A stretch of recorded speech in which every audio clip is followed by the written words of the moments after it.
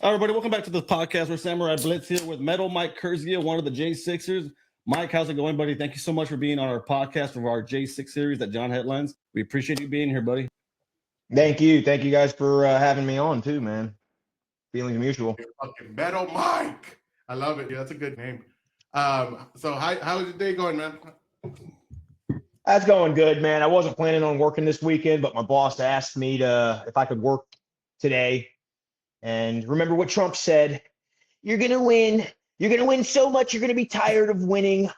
Trump, man, I need a day off, bro. I need a day off. I mean, I'm making good money, but I need a day off.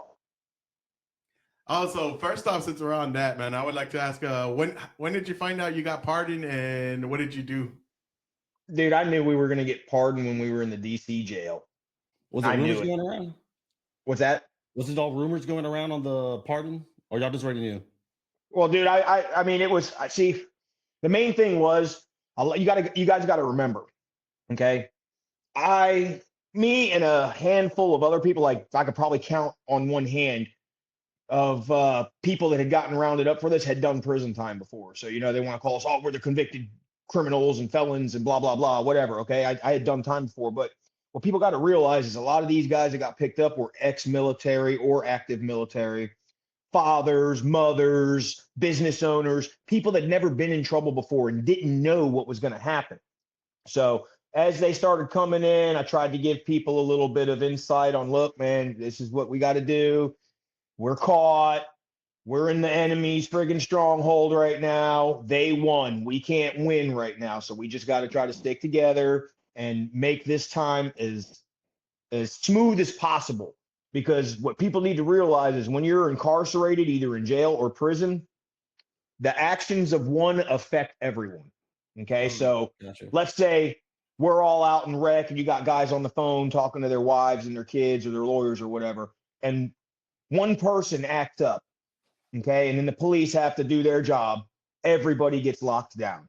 Everybody gets put on punishment. It's all corporal punishment, man. So I tried to give people a little bit of heads up on that stuff, but certain individuals didn't want to listen and ended up getting us locked down on the regular. They got us locked down on Easter weekend for 3 days straight. Like we weren't allowed out of our cells at all. I do want to ask, was there a difference between your first time getting locked up and J6 bullshit getting locked up? Was there like the way they treated you? Was it like totally different or no? Listen, I did 8 years in state prison and I did 6 months, got maxed out. Here's the thing. I didn't even get maxed out on my prison charge. I ended up doing 7 years on an 8-year sentence because I got time, you know, good behavior, whatever. You know, in Florida, you do 85% of your time unless it's mandatory. So as long as you're a good boy and you don't get in trouble and you don't go to the box, you get 10 days a month. And once you hit your max date, then you're 85%, then that's it. They maxed on a misdemeanor, okay? You guys got to understand this, on a misdemeanor, okay? I got— You're talking about the J6, right? Yeah, the J6, that's what I got in trouble for. I had caught a felony back in 2012 and did prison time for it. But the J6 shit, all they caught me with was 4 misdemeanors. Dude, I had guns put to my head and dragged out of my truck. I had a U.S. Marshal threatened to blow my fucking brains out is exactly what I'll blow your fucking brains. I'll shoot you in the fucking head if you move or do anything. I'm like, whoa. And then I find out my charges and I'm like, dude, you were going to shoot me in the head over misdemeanors? You came and got me on 2 misdemeanors. Not to mention you motherfuckers had me in the Capitol on January 6th. I was arrested in the Capitol on January 6th in the visitor center. I went with the cops. So you went in. Okay. You got arrested at the place. Yeah, I'm one of the fucking real OGs. You know, Mike, do me a favor. So tell me about when they pulled you out of the truck. What were you doing? Like what happened? What was the scenario on that one? Because those stories are just fucking interesting, man. Okay, now check this out. Okay, let me start from the beginning though. Okay, real quick. Yeah. All right, then I'm gonna get into why I'm rambling. All right, I got arrested in the visitor center. Okay, in the Capitol on January 6th. DC Capitol Police had me. They took us through underground tunnels, like 5 stories down, because we couldn't get out any of the doors. So the detail that I was with, we went under fucking ground, dude. Okay. And there's tunnels underneath that whole city, dude, that you could probably drive 2 Abrams tanks side by side in. There's underground subways and everything.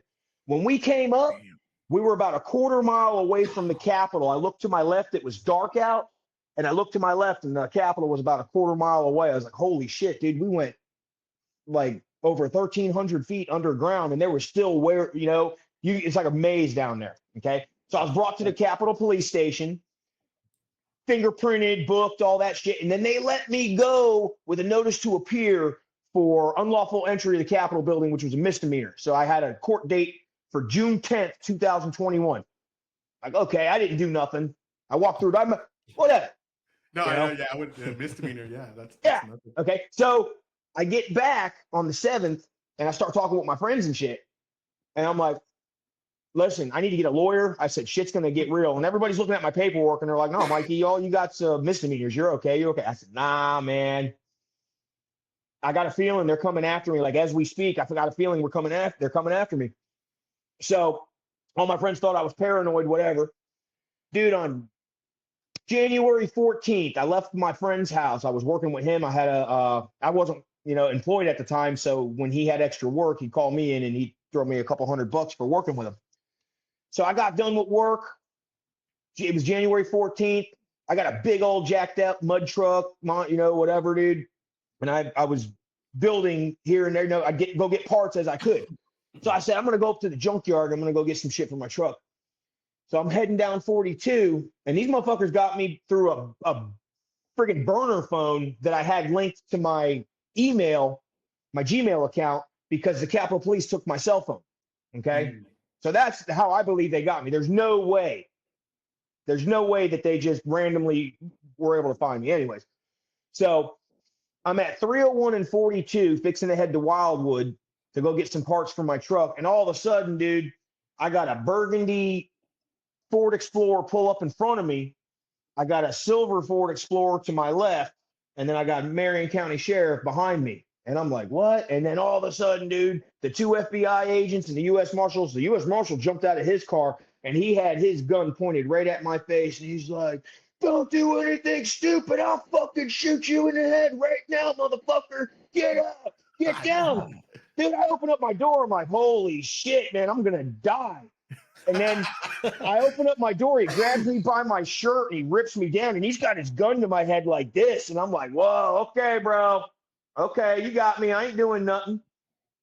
And then after they had me cuffed and everything, he's like, I just want you to know the reason why I reacted like that was because we looked you up and we know you have a past. I'm like, hey, you're going to blow my brains out for fucking just walking through a door, dude. Unlawful entry and picketing and parading. And they said violent entry and disorderly conduct or whatever. It doesn't matter.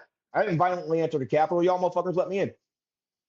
But, you're going to shoot me in the head, dude. You threatened to kill me. You said you were going to blow my fucking brains out. I'm sorry I'm cursing, but, that's just... You don't give a fuck. We do it raw all and unfiltered.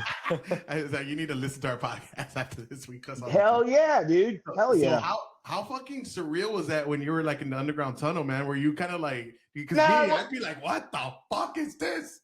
No, because yeah, man. See, it's when you're in the movies, and stuff, and you see, oh, okay, yeah, the espionage movies, Mission Impossible, all that shit. When they're up under Washington D.C., that there's all that, like everybody's heard about it, but you never, dude, until you see it. I was like, wow, dude, these are like 20-foot ceilings in here, and it's like 30 feet across. Some of them, you got friggin' everywhere then. Dude, you can probably get to any building in Washington D.C. from underground. Any building, like any fucking, building. Like Germany, man, they had all those underground tunnels, man. It's fucking crazy, dude. That's fucking crazy. I never heard that story because everybody we've talked to a couple, and Tim Hale, right? Tim and Cash. Listen. I'm gonna tell you something. Tim I love Hale. a story when it starts off like that. Okay, you gotta understand. Did you guys Google me? Yes, I did. I saw your documentary too. I was the one talking to you. I'm the one that saw your documentary as well. Okay, bro, John, listen. Okay, I was like, you saw what they said about me. Okay, yeah, I did prison time. Okay, I joined a gang while I was in prison. I had an 8-year sentence. Okay, I got locked up in 2012 on attempted first-degree murder. I shot somebody. Okay. Now, when you look me up on paper, it all looks like, oh man, this is a bad dude, whatever. But my ex-girlfriend lied. The dude that I shot attacked me after I told him to back away from me. It was all, I should have got self-defense, stand your ground. Okay. I was going to say, you have stand your ground out there. Yeah, I thought, at least so I thought, but when you got a fucking trifling bitch lying on you and shit, dude, I was 26 years old facing a life sentence. Damn. Okay. So, you know, she lies, whatever, dude. I ended up taking a plea for 8 years. They wanted to give me a life sentence and they came down to 30 years mandatory. And then I got an actual good lawyer and we went down to 8 years non-mandatory. So that is what it is, dude. And you know what? My prison stint, I learned so much about life. I learned so much about myself. I've actually found God, you know, and Good. Yeah, it's, you know, it changed my whole life, dude. I cared more about my family. I wasn't a drug addict or nothing. I mean, I smoke weed here, but I don't drink. I don't do any drugs, but smoke a little bit of weed and that's it.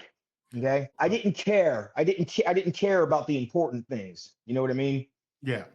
You know, and then once I got locked up, it's like, okay, I had to fight a lot. I almost got stabbed twice within my first 3 years. I almost got stabbed twice.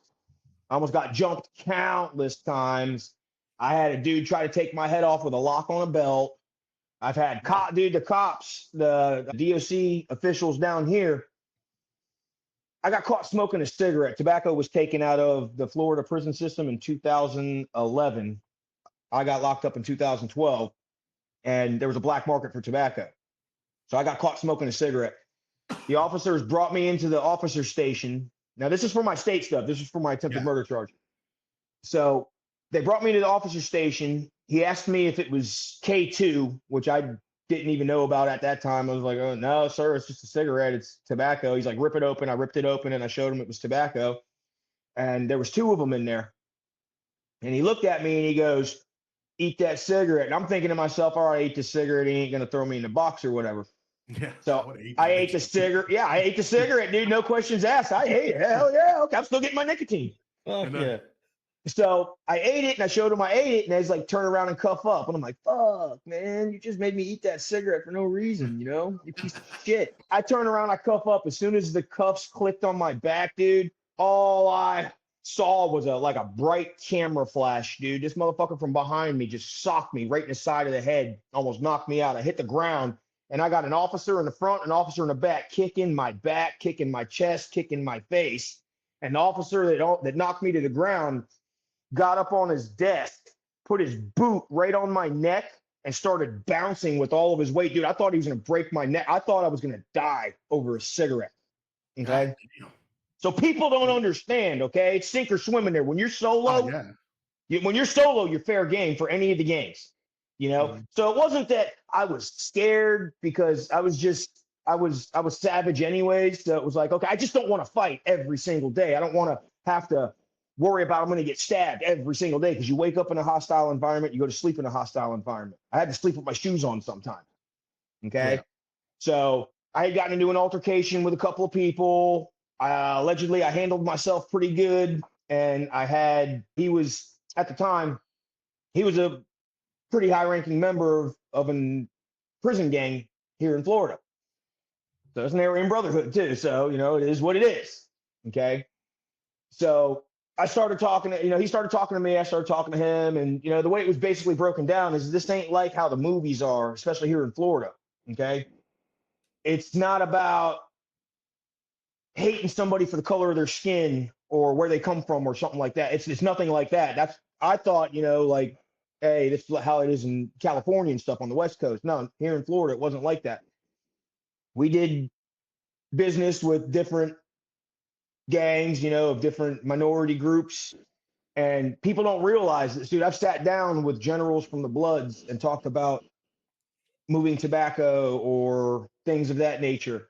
You know, I've sat down and had to eat with leader of the Crips and stuff like that. So it's like, you know, they don't understand, you know, even though I joined this organization, it wasn't about hating anybody. It was just looking after each other and making sure that we were all taken care of, you know, brotherhood, camaraderie, all that. And when I talked to the head at the time, I said, look, man, I got a half black nephew. I got half Puerto Rican nephews.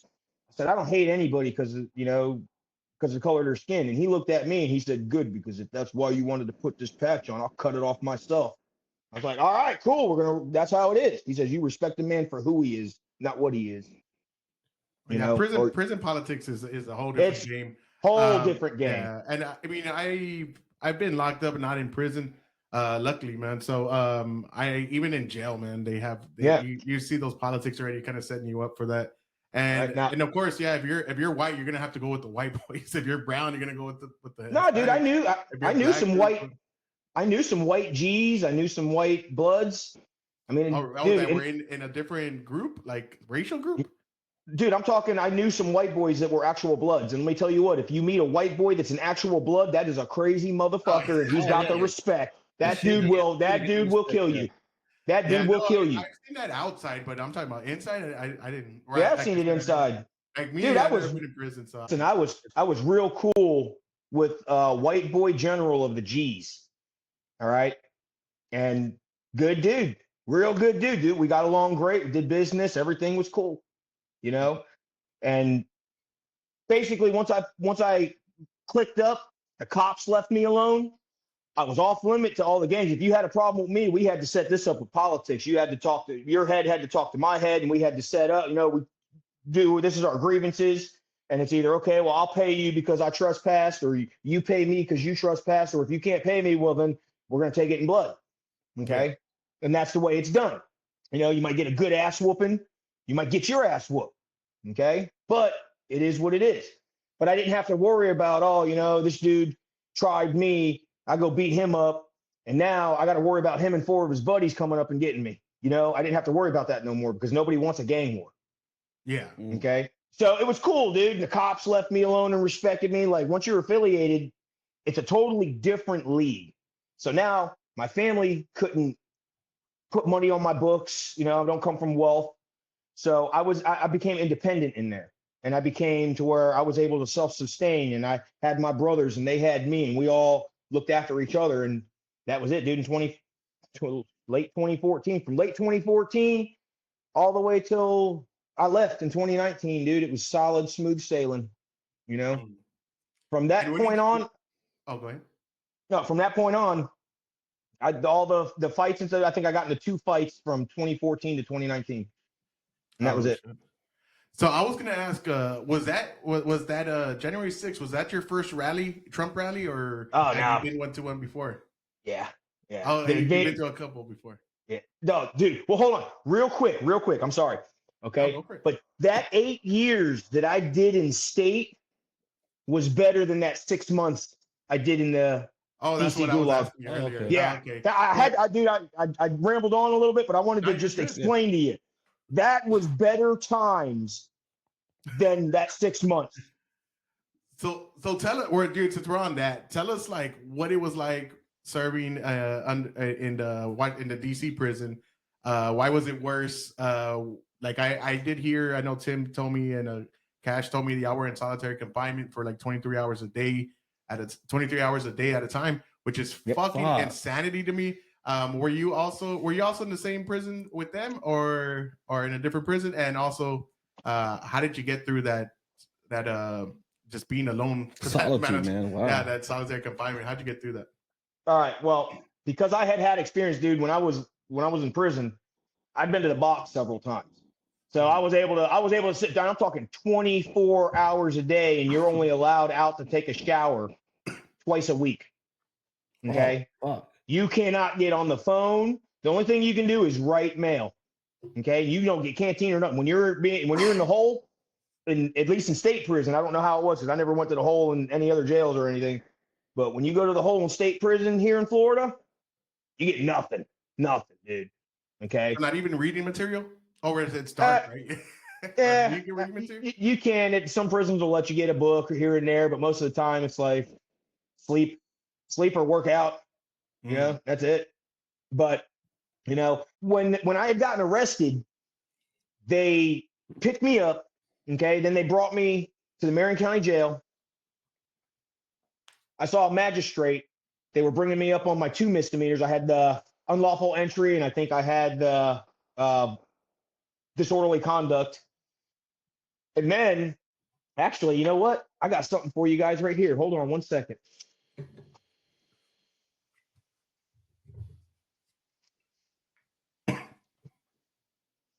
See this? Yeah, I can. That's we what I can was. see it. That's what I was charged with. Okay, What well, I'm gonna read misdemeanors?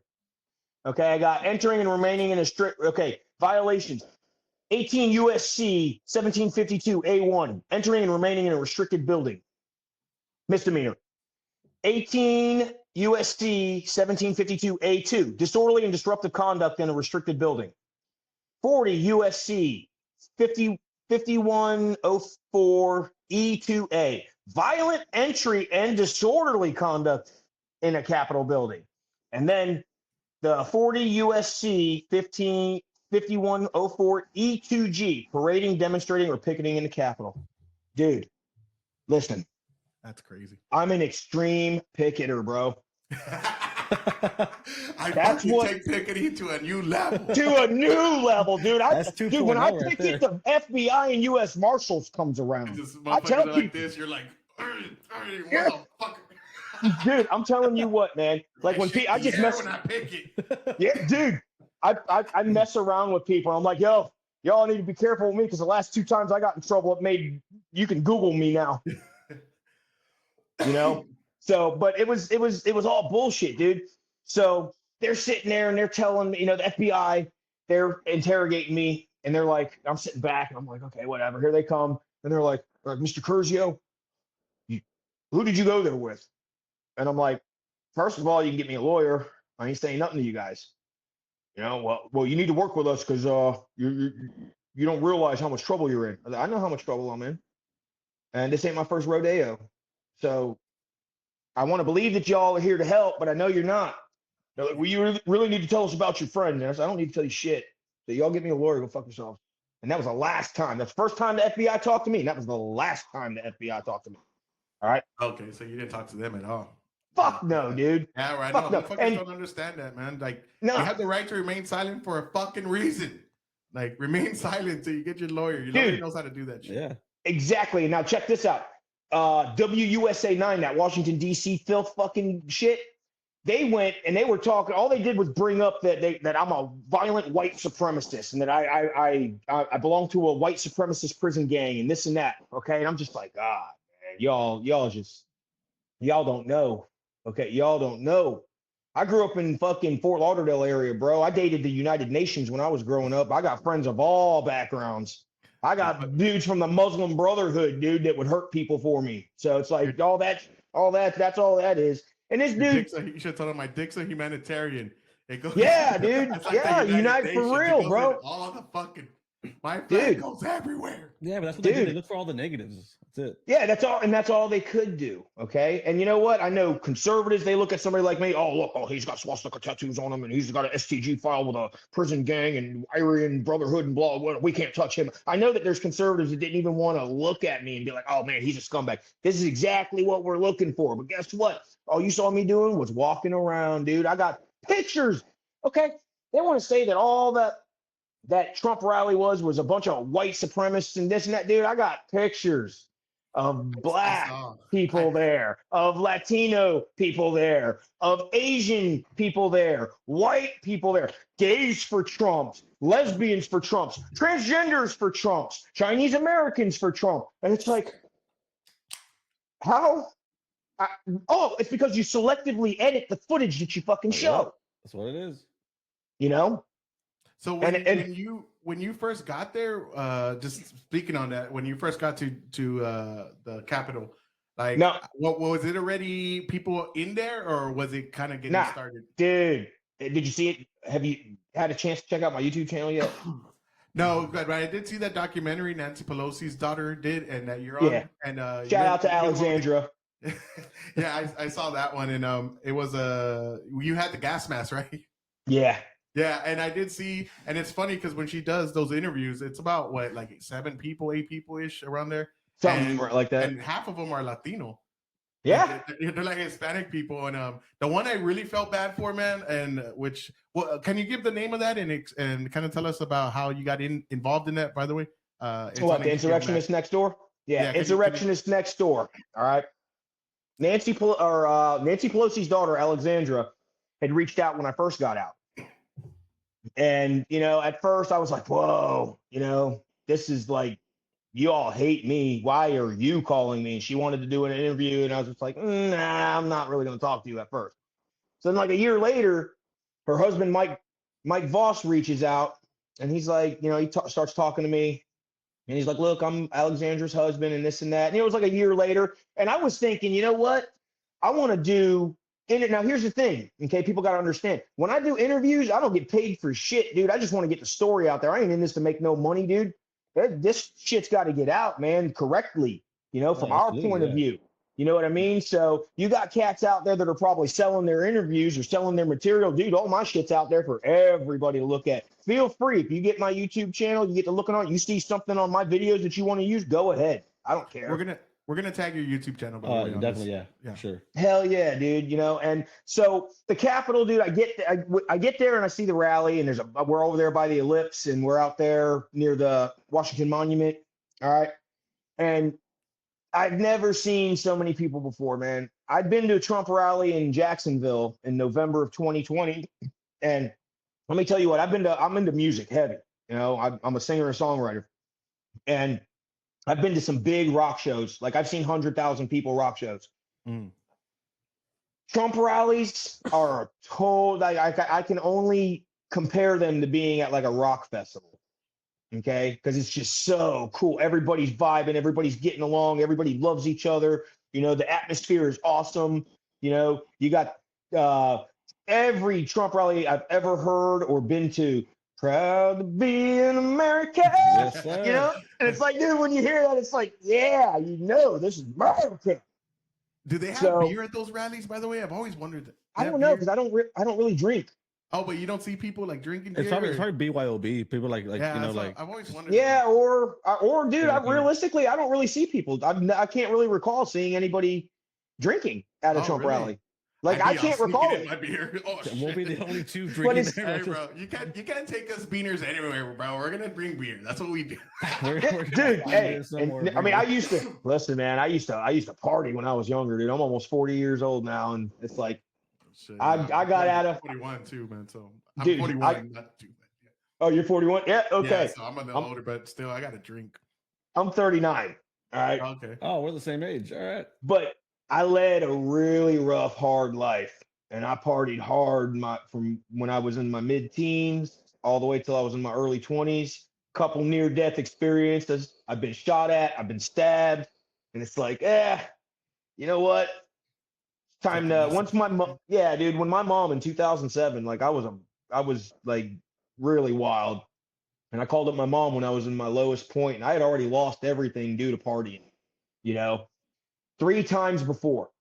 And then in March of 2007, I called up my mom. I was all strung out, and I'm like, Mom, you know, I'm doing bad. I need help.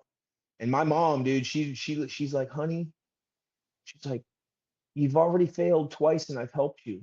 She's like, I'm gonna help you this last time, but if you fall off again, I can't help you anymore. And dude, when my mom told me that, that was it. Like a switch went, dude. I got sober. No, what's it called? I didn't go to no programs or nothing, dude. My dad locked me in a room for like 2 weeks, you know, and I got off sober and life changed, you know, but I was a bit of an asshole. I was very aggressive. My temper was bad, you know, and I was a hard worker, but it's like, you know, somebody cut me off going down the street, and I'm throwing handfuls of quarters out the window and stuff.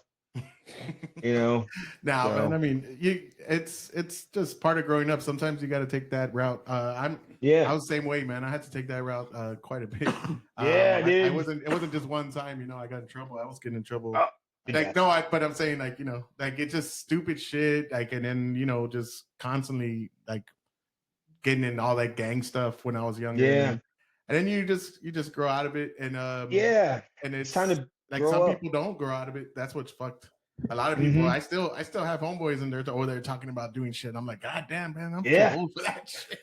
Exactly, like, dude. It's like, that's cool, man. And they're gangsters, man. They're like killers, you know, gangsters, motherfuckers, man. Some of the hardest people here, but I'm like, yeah, man, I can't get involved in any of that shit no more. Like, fuck that.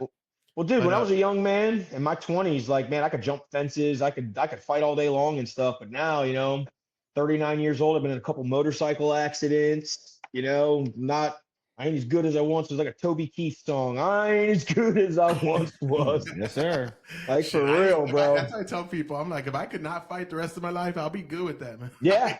Yeah, that's the goal, Dude. man. I need none of that shit no more. I consider myself right now, dude. I could be what's called an aggressive hippie. Okay, I live out in the woods. I got 3 acres. I'm out in the woods. Okay, like I love my life, dude. I had 6 deer on my property a couple weeks ago. We got wild turkey out here, whatever.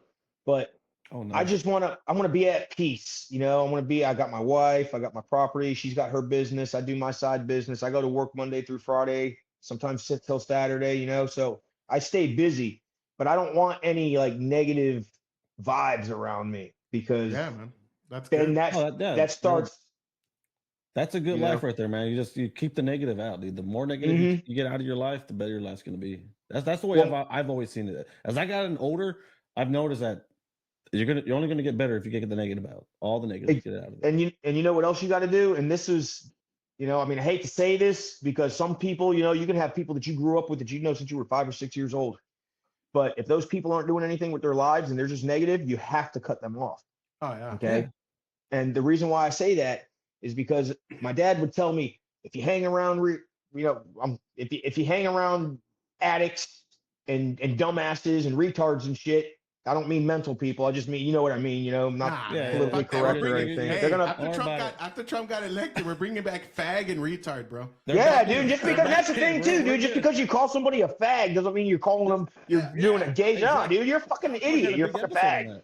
Dude, South Park had the best episode on that fucking word, bro. They did. That should have destroyed the friggin' argument. That episode. Yes, it was exactly. I like when he goes, what do you say? He goes, what if I'm a gay asshole? He goes, then you're a gay fag. Then you're a gay fag. Yeah, exactly. It don't matter. And the same thing. Because I never called somebody a fag with like in the intent that they're gay. I've never called, like in my entire life. I'm 41 years old, and every time I think I always say he's gay. I think I've always used fag as like a like it's like a just like calling you something like that. Yeah, it's just a derogative for somebody that's acting like a fucking idiot. You know, fag, shut the fuck up, man. I don't know, like hear that shit. Stop being a fag. Like if you're acting like a bitch, you know, like if you're like, oh man, it's cold. Fag. But dude, I got gay friends. I got transgender friends too, dude. And my thing is, okay, if that's what you want, that's cool. That's how you want to live your life. I don't care. Don't push that shit on me. Don't try me. Fucking, as long as you can fucking respect me, I'll respect you. You know, dude, there's sometimes. Take it away from the fucking kids is the biggest thing. Like exactly, dude. Listen, stop that shit, dude. Listen, like, my transgender friend is heavy on shit. Like none of that shit needs to be. So, you know, the way she described it. Okay, and I am going to use she because this is a respectful person. I respect this individual. Okay, like with utmost respect. Served in the fucking United States Army. Went over to Afghanistan and hunted terrorists. Thank you for your fucking services. She has 100 bodies. 100 body count. Is that what you said? No. She went over to Afghanistan, like in the U.S. Armed Services. I was like, no, dude. Listen, okay. U.S. Army Ranger, ex-U.S. Army Ranger, went over there after 9/11. Did the service to the country, okay? Yeah. Just happened to be a certain way. I respect you for it 100%. That's the way you want to live your life. Fine. You know, Jess was on the same shit too, man. Don't fucking just throw this shit at people. You know what I mean? If you don't fucking force people on shit and you let them be like, well, hey, you know what? You're my friend. You're cool. Respect. I'll call you if you got a pronoun. I'll call. Okay, whatever. Okay, even though it's not, but I'll do it to humor you. But if you come up and you're trying to force me to do shit, I'm going to look at you and I'm going to be like, you don't get the fuck away from me. I'm going to spit at you. Yeah. They're going to try to force that kind of shit down your throat now. Yeah. I want to right there. It's like, you're crossing the line. Hell no. It's like we're American. We already have a rebellious fucking attitude towards everything. That's everything, dude. Way. Don't force me to do nothing. So like for those your whole like the attempt of them is like, we're gonna force you to do all these things. Like as Americans, like, bitch, you ain't gonna, like, I don't even listen to my fucking mom when you tell me something. Exactly. Like, who the fuck are you to tell me I need to start talking? And especially like that Latinx, like y'all need to use Latinx. Like, no, fuck you. You ever hear Chris Plant? That shit. You ever hear Chris Plant? He's a radio personality. And I used to listen to him in the DC jail, but the way that they had it, he would say it's not Latinx, it's Latinx. Yeah, Latinx. They have Latinx, Latinx, and Latinx X. I've heard it. Even Joe Biden used to say that shit. And I'm just like, God, dude, I've heard a lot of the Latino community say that shit's offensive as fuck. Don't ever call me a Latinx. Bro, this is the Latino community. Some of us, yeah, and we think it's the stupidest shit. I mean, okay, a proper use of the word. That's the most retarded shit I've ever heard in my entire life, bro. And every time, like, I go out of my way. Like the other day, I was signing my son up for something, and it says white African American, and it says Latinx, whatever. And I will scratch out the X and I put an O and I put Latino and I'll put a check. And they'll be like, "Sir, did you have to do that?" And I'm like, "Yes, yes, I had to do that because." You're not gonna fucking butcher the Spanish language. Like it's Latino, Latina. Like that's it. It's masculine and feminine. And stop fucking trying to ruin it. Like fuck out of here. Yeah. It is offensive to me. But here's my thing. Okay, I grew up with everyone, dude. I got friends like shit, man. And anybody ever want? I had one when Alexandra came down to do an interview. I have a black gentleman goes by Gio. Known him for like 20 years. Okay. And like he's one of my, like he calls my mom. Okay. And he's a veteran. And when he finds out, like he knew me before I went to prison and he knew me when I got out, and he saw the patches that I have on me. He saw my swastika tattoos and he looked at them and he's like, "Mike, what'd you get those for?" And I told him, and he's like, "I knew you before, so it don't matter." You know, doesn't care. And then I had met he's a good friend of mine, name's Dre. He had asked me about him, and I told him. And you know what? Me and him became real close, real tight, man. And the dude's a Muslim dude too. And let me tell you what, there was one night that I was bouncing out at the bar, and I had ran into a problem where it looked like two dudes were going to jump me. And Dre happened to be sitting near where my chair was, looked up at the camera, seen two dudes crowding over me, and I carry a knife. Okay, I carry a big knife, and I got me a Crocodile Dundee. Yeah, hold up. Let me show you. Yeah, I collect blades. It's a field knife. He's like, this is how I pick it. Yeah, right. I pick my teeth with this right here. All right, this is my everyday carry.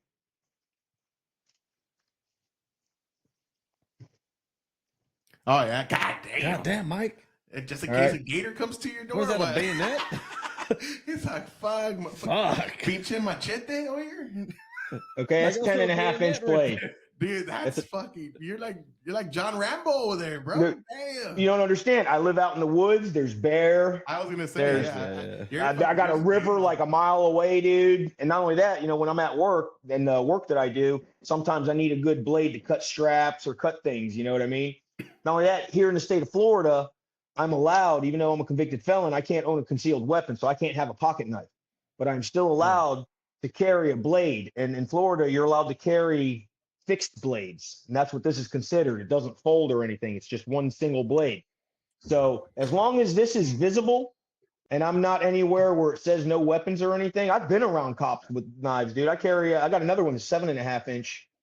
That I used to everyday carry all the time and stuff. So I just, I'll see another knife. And I'll be like, okay, I'll go grab that one. And then that becomes my next one. And they just gotten, my friends are like, they get bigger and bigger. What are you going to do? Get it? Oh, hold on. Yeah, another one. Yeah, I got this one I've been working on for the past 2 weeks. All right. And this one's 14-inch. This is for like a bear. Oh, shit. That's a short sword right there, man. That's what that shit is. Well, no, I actually got that in my truck. I got it looks like a Gladius. It's called a Reaper. God, that's the fucking BBC of knives right there, buddy. Yeah, dude, I've always been a knife collector. I got a World War II.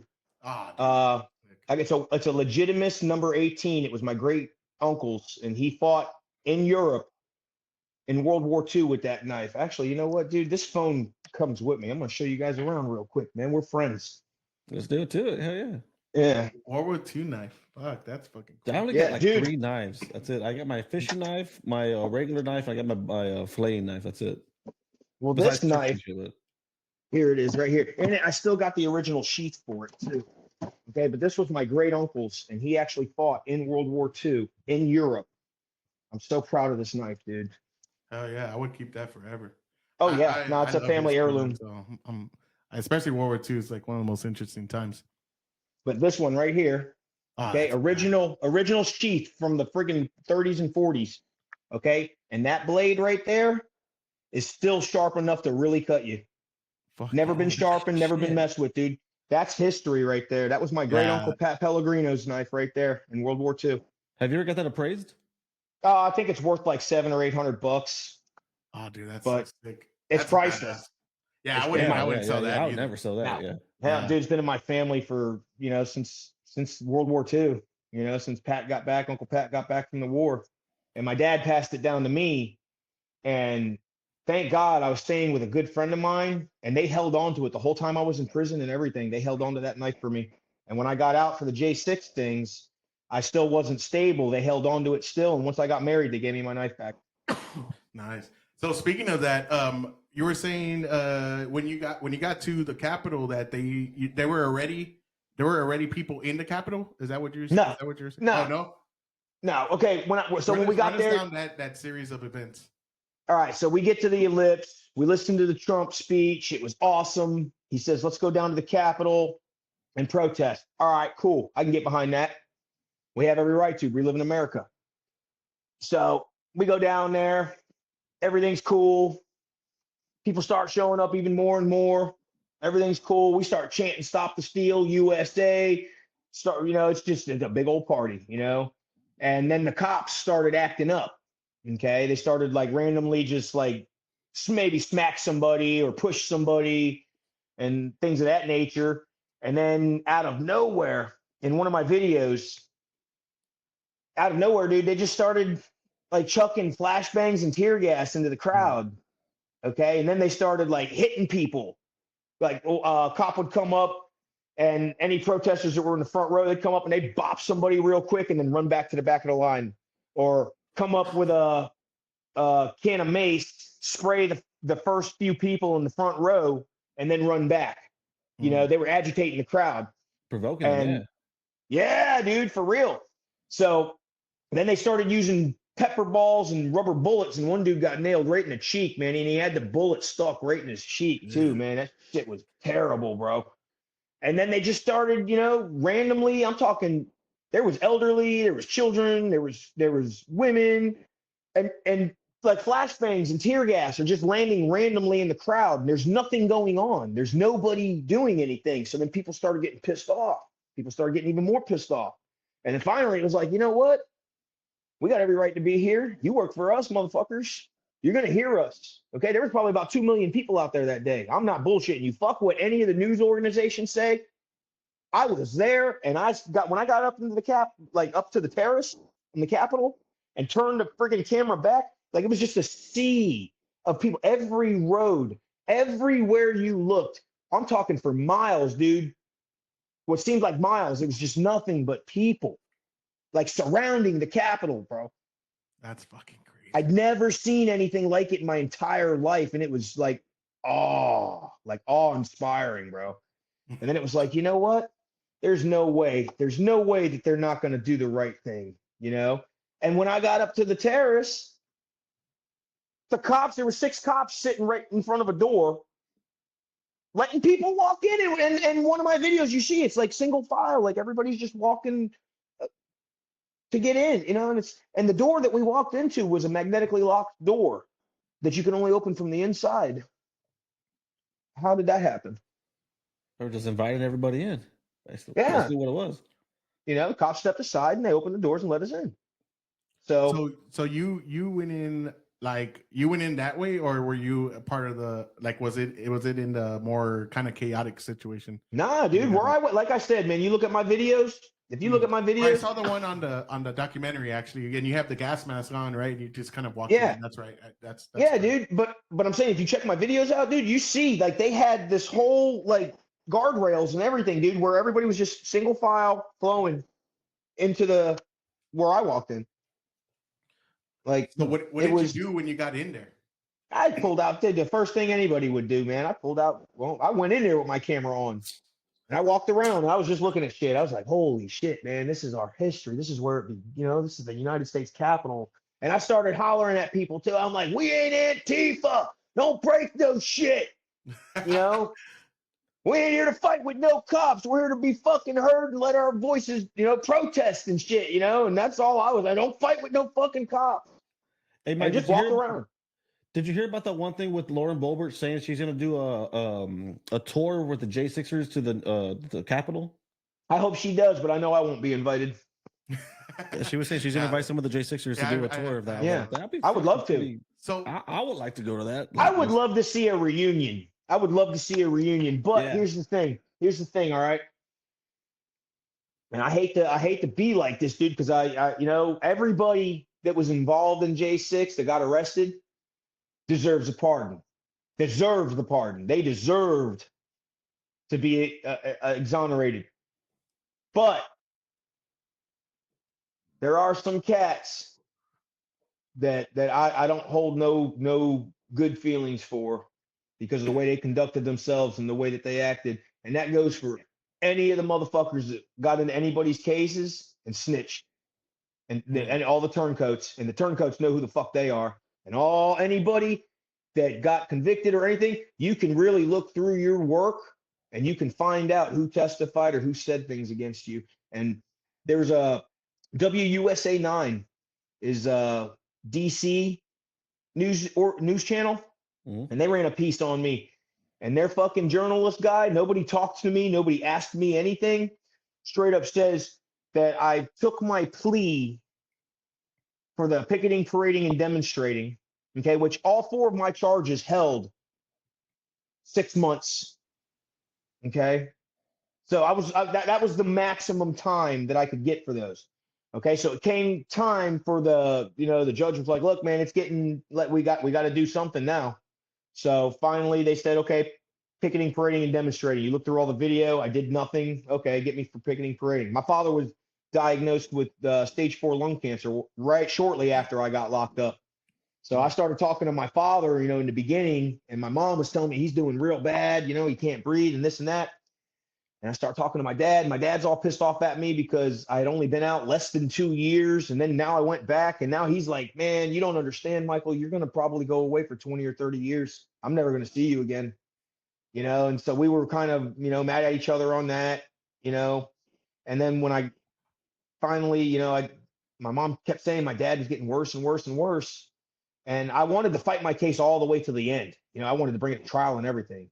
But, my mom's like, honey, she talked with Balarezo and she's like, you might want to think about taking a plea because your dad's really sick.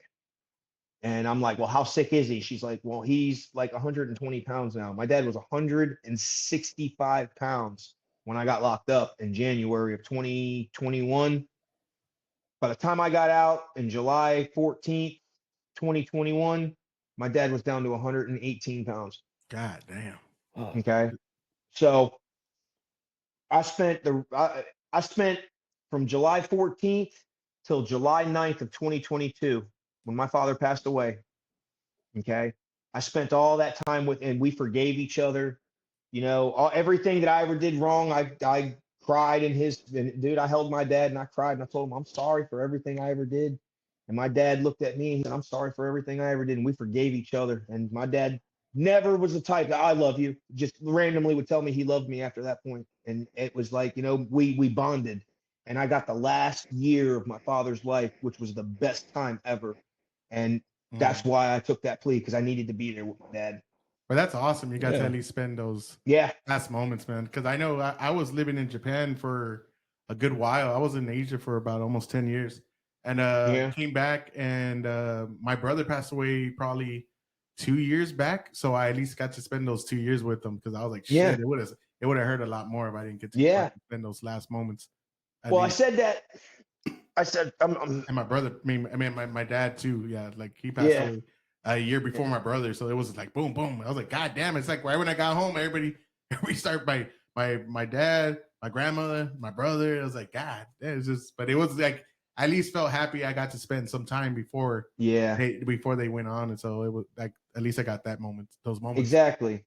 And the way I was looking at it was me and my dad, we had a rough relationship when I was young. Like we had a real rough relationship. Like me and my dad sometimes at some points, like we hated each other, like really hated each other maliciously. And it was like, you know, when he was dying and I saw that my dad was the toughest man that I'd ever known. Like my dad was a little dude. He was 5'8", 170 pounds back in his prime.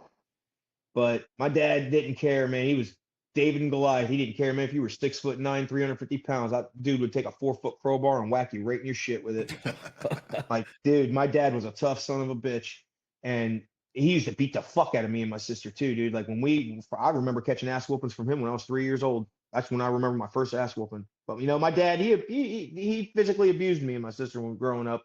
You know, he would get drunk, he battled alcohol and shit. But I say that to say this though, that doesn't make him. He wasn't a bad person, dude. Because the way my dad raised me and my sister, at least me, I grew up a man. You know, I grew up with a good moral compass, with a good sense of right and wrong. Because when I did bad, my dad beat my ass. You know.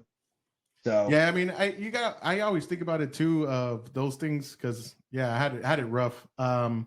And it's like, fuck, maybe I don't know, they had it rough too, and they were battling their own demons and they didn't know how to deal with it. Exactly. And then I always thought to myself, and that's what I got kids now, and I'm like, you know what, man, I can't let that cycle go on. So I really fucking when I catch myself with my kids sometimes where I want to like smack the shit out of them. Because there's times where you're like, you motherfucker, bro, you're testing me bad. And I gotta like, I gotta like, take a little breather and just like let me take a little breather, like let me take a little walk, and I just don't want to continue that cycle. And everybody's going, it's like they always say, the bully always has a bully, right? So it's like, you just got to take a step back and make sure that cycle doesn't continue. But you know what though, I do believe in disciplining children. You know? I didn't say that. Yeah. I didn't say that. Because I look at the way. I'm talking. If not, they'll walk all over you. Yeah, exactly, dude. And you know what I remember? But I don't take it to that extreme. No, you don't. No, because you got to be in control of yourself. Sometimes, like my dad, he would get drunk and my dad would lose control. When my dad, dude, I had like my dad. We never went without, like the electricity was never getting shut off. We always had food and stuff. Like we didn't have like luxury things, but we had what we needed. You know. Well, that's all that matters, man. Sometimes. But my dad never did anything to me that I couldn't forgive him for. You know what I mean? Yes, that makes sense. Yeah, it makes perfect sense. Yeah. So it's like, even though my dad whooped my ass and shit when I was a kid, and maybe 9 times out of 10 I did deserve it, maybe not to that extent. Like that motherfucker beat me with a steel toe boot once. I told the teacher, "Fuck you," when I was like 13. I came home, man. My dad said, "Oh, you want to look? I'll teach you all about fuck you." My dad grabbed my steel toe boot, man. He wrapped them laces around his hand, and he friggin' went to town, dude. It looked like I got friggin' stomped in a mosh pit. It's almost like that. Was it that Mr. D movie where he's like, he gets to learn to watch his language around a lady, and his dad takes off the belt and just beats the shit out of him. Mr. D, that's right. The quarterback. Dude. But but my dad, he raised me. He taught me things. He taught me how to do carpentry. My dad taught me how to paint. My dad taught me how to, I got into mechanics. Even though my dad wasn't a mechanic, I got into mechanics. I got into trades and things. And when I was 10 years old, I took the lawnmower. My dad had me cutting the grass, and then the neighbor asked me if I wanted to cut their grass. So then my dad seen me cutting the neighbor's grass. He's like, "What are you doing?" I said, "Well, Sheldon said he'd give me $20 if I cut his grass." My dad's like, "Okay." So he seen me out there cutting the neighbor's grass, and then Louis, "Hey, Michael, come over, cut my grass. I'll give you $20. So now I'm cutting all the neighbor's grass. My dad sees I'm out there making money, and I'm like, "Dad, I need to go get some gas, gas cannons." So now my dad's like, he's like, "Okay, yeah, hey, come on, let's go." He's like, "Okay." So I ended up making like, I think $150 that day. And my dad brought me to the pawn shop. We bought my own lawnmower for $50, and he made me buy a weed eater. And dude, I was making $30 a lawn at 11, 12 years old. I had like 15 accounts, bro. And every summer, like I was getting paid. Like, and my dad would always make sure, he'd even take his Saturday off and he'd load up the lawnmowers and stuff and take me to my customers' houses and stuff. Far in the distance, you'll see some Mexican with just one tear rolling down, looking at it's like, that's my yoke. You're taking my yoke. Dude, you know what? I work with a bunch of, I pour concrete. I pump concrete. And like the Mexican crew was there today. I was the only gringo. And no, there was one Boricua out there. So I'm gonna give my boy Joe a shout out, man. What's up, Bodie? That's my dog right there, bro. Came to my wedding too. But all the rest of the guys were Mexican, and I mean, I'm talking, dude. Mexicans talk some serious shit, dude, out there on the construction sites. All you hear is La Verga, Joto, and what else do they call each other too out there? Oh yeah, dude. When they look at me, yeah, dude, they talk shit to me too, and I know when they're talking shit to me, and I talk shit to them back. I'll start, dude. It's hilarious. But let me tell you what. Any one of my guys out there knows my buddy. You know, one of my guys, David. All right, straight up Mexican dude, and he had a problem of not checking the oil in his truck one day, and I was already off of work, dude, 30 miles away at my house chilling. I got a flatbed pickup truck that I own, and I got a 20-foot car hauling trailer. And David blew up his motor, and he was all the way out in Ocala, like 27 miles away from me. And he calls me up. He's like, Mike, like, what's up, David? Like, I think I blew my truck up.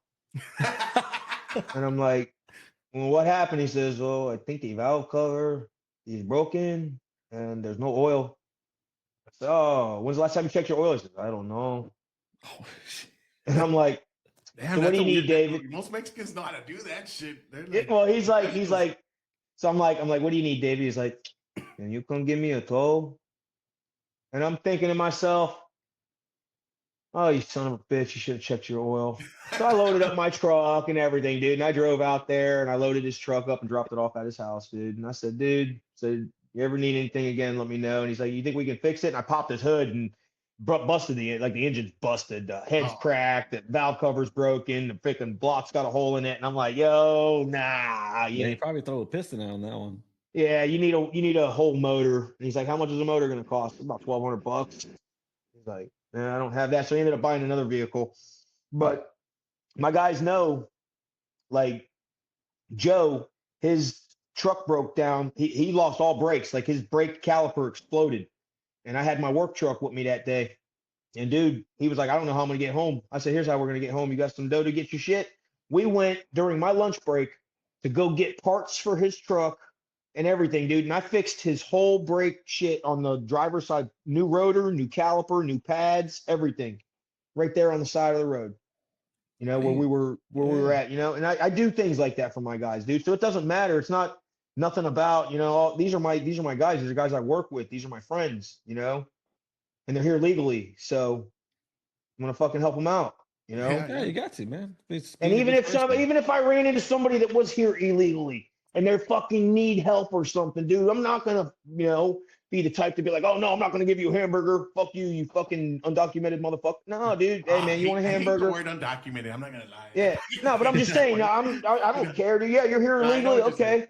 No, you gotta be human. You gotta be. Yeah, exactly. I'm not gonna treat somebody a different way. Okay, I'm gonna be like, hey man, you know, you better hope that immigration don't come get you or whatever. You know. Because we're here in Texas, bro. So we have the illegal immigrant center. It's finally died out. They're actually closing it. And dude, there would be sometimes I'd see some of the kids, like I would see them like in the hot ass sun. It's Texas, bro. It's fucking hot. Yeah. And one time I was at McDonald's and I had an extra burger. You guys still get snow though. Nah, not where we're at. Not where we're at. We got snow. What was it like 2 weeks ago? We get like a fucking a slither of snow. Well, we just got snow a couple of weeks ago, so I can't really say nothing much either. Yeah. I think in like 200 years we haven't gotten that much snow. I think it was 6 inches up there in the Panhandle. Oh no, we're way south, bro. We're South Texas. We're in San Antonio, bro. All right, San Antonio. We're fucking way down there. We get the. I think that might be where Drowning Pool's from. No, Drowning Pool. No, they're not from San Antonio. They're from Texas. Yeah, they're from Texas. And, there was a metal band now. I like Union Underground. They're badass. Yeah, they're from San Antonio. Hell yeah. But yeah, we. You guys got a good band out there too called Saturate too. Probably not too many people know about them. I met them guys. Check them out. Saturate. Yeah, Saturate, dude. They got a song called. One of the big ones is from Autumn. No. God damn. Upon a Burning Body. Upon a Burning. Yeah. Upon a Burning Body is the biggest one that's from. Dude, they're badass. They're badass.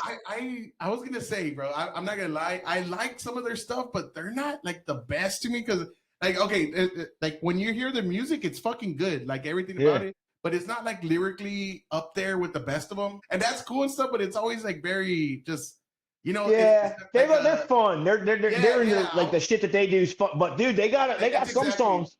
That's exactly what I meant to say. They're more like that fun party band. But they're not like that. They're heavy though too. Yeah, they are heavy. I haven't heard them. Upon a Break has been around for a while, man. They have the world now. Dude, check out. You want to hear some of their like really sick songs? Check out Red Razor Wrists. I think Bring the Rain or something like that, dude. All that album, man, was like some really hard, heavy shit, man.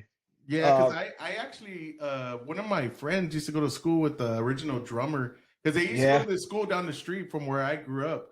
And it was like this charter school. It was one of the first charter schools here. And so I've known them since forever, man. I remember them because they're already older now. They're probably in their like mid to late 30s by now. The vocalist, man, he's got a sick ass microphone tattoo on his throat. And they are good. Like I didn't want to like shit on them because San Antonio.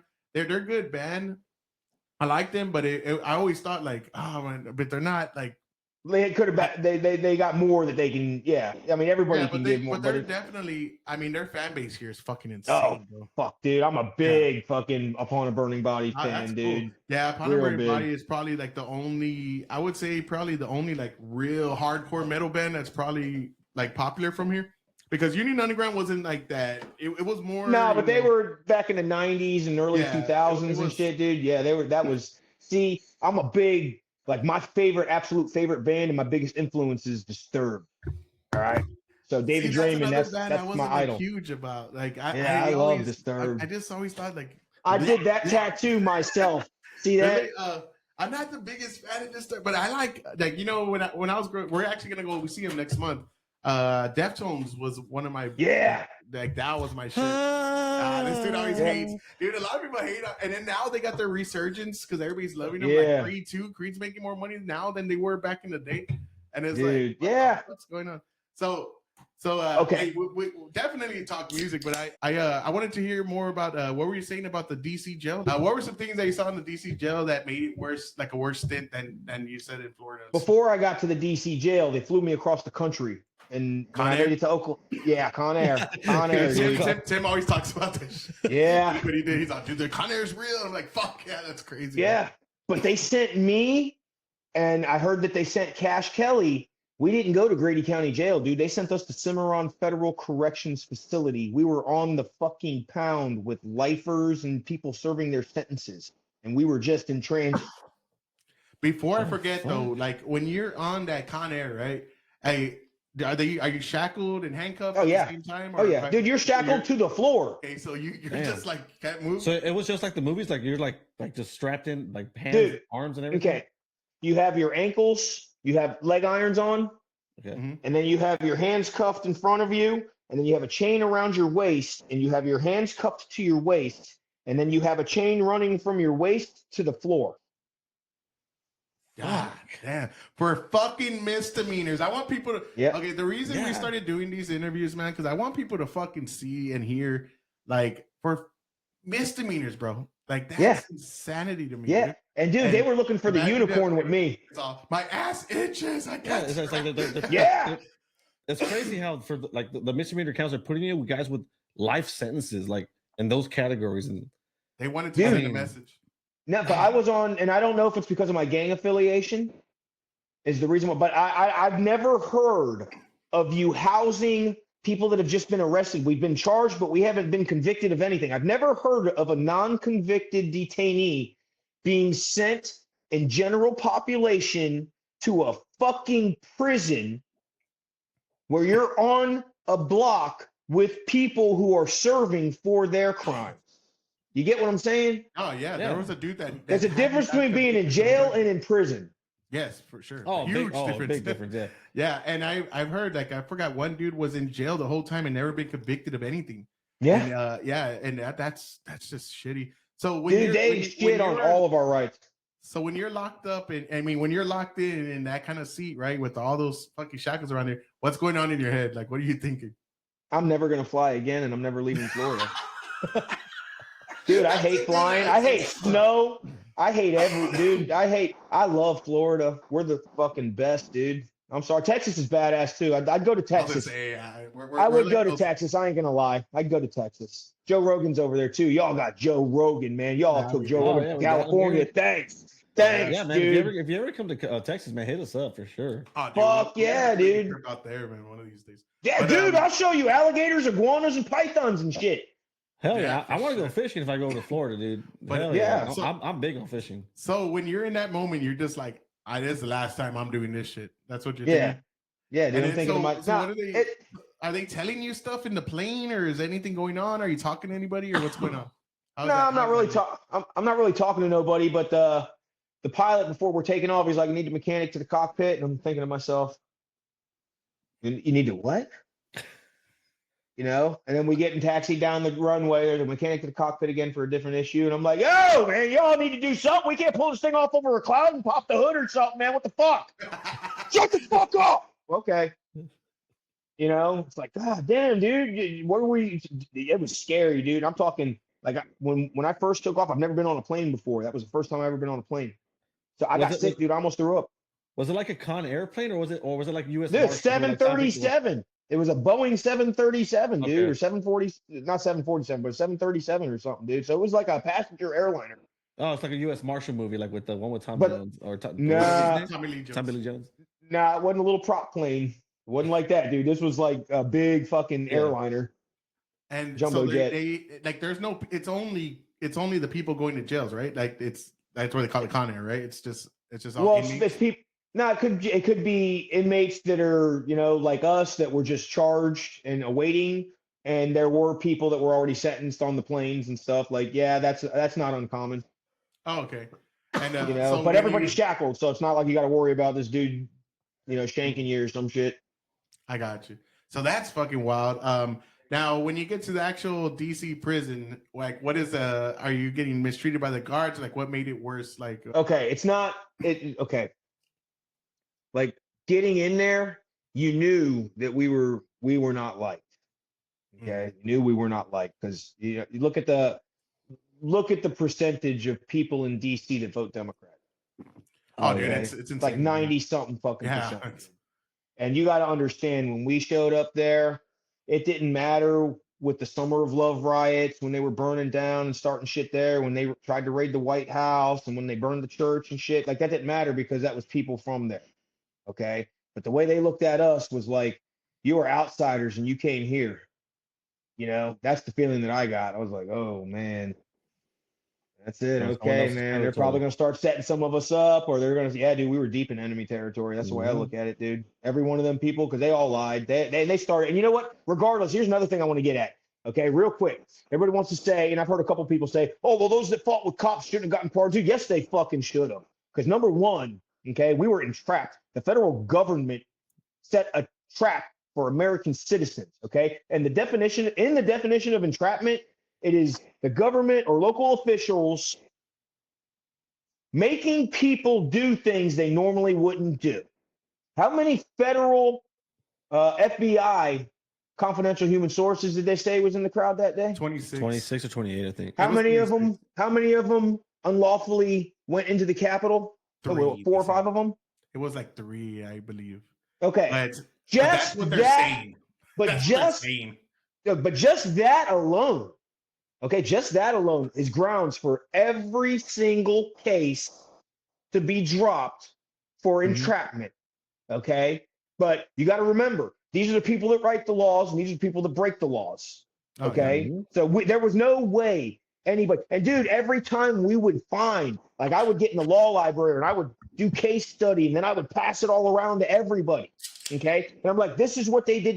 This is the amendments that out of the Constitution, the 10 amendments. Okay. Our Bill of Rights, they violated at least half of them on us. So and then they kept saying that our right to due process, our right to a speedy trial, well, this is unprecedented. So they suspended our constitutional rights. But how come when that shit was going on in 2020, when the riots were going on, when there was pallets of bricks, they were getting the DC police were getting attacked with Campbell soup cans, mortar fireworks being thrown at them, which are explosives and can fucking kill you.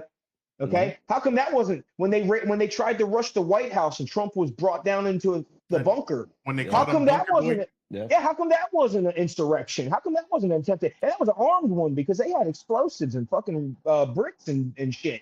Frozen ice. Did you hear about the frozen ice bottles? Yeah. Yeah. Well, did you hear about the frozen ice bottles that the people had that were beating cops with? They were throwing them at the cops. Yeah. Yeah. Okay. But you know what? And then I totally agree. Yeah, and then you got fucking oatmeal for brains Joe saying, "Oh, if insurrectionists, if insurrection, I never heard that. Sorry, dude, if insurrectionists want to take over the government, overthrow the government, they're gonna need more than AR-15s, motherfucker. We had flagpoles. It was the first insurrection without weapons. Without weapons. Sir, I do violently picket the air, but I didn't have fucking AR-15s, you know. Now, but people got to realize though, okay, that police and law enforcement are supposed to uphold the laws, okay? So when they are in the commission of breaking the laws to get you to, guess what, dude? When you're breaking the law and you think that while you're breaking the law that any command you give me is lawful? No, it's not. I can refuse an unlawful command. That is my right. You motherfuckers work for us. You have to understand that. And they got to get their high horse mentality off that they rule us, because they don't. Because guess what, man? Okay, if the American people really fucking got together and said enough is enough, there'd be nothing they could do about it. What are you gonna do? You're gonna genocide your friggin' country? Okay, we're all Americans. You're my brother. You are my brother. Okay, we're fucking Americans.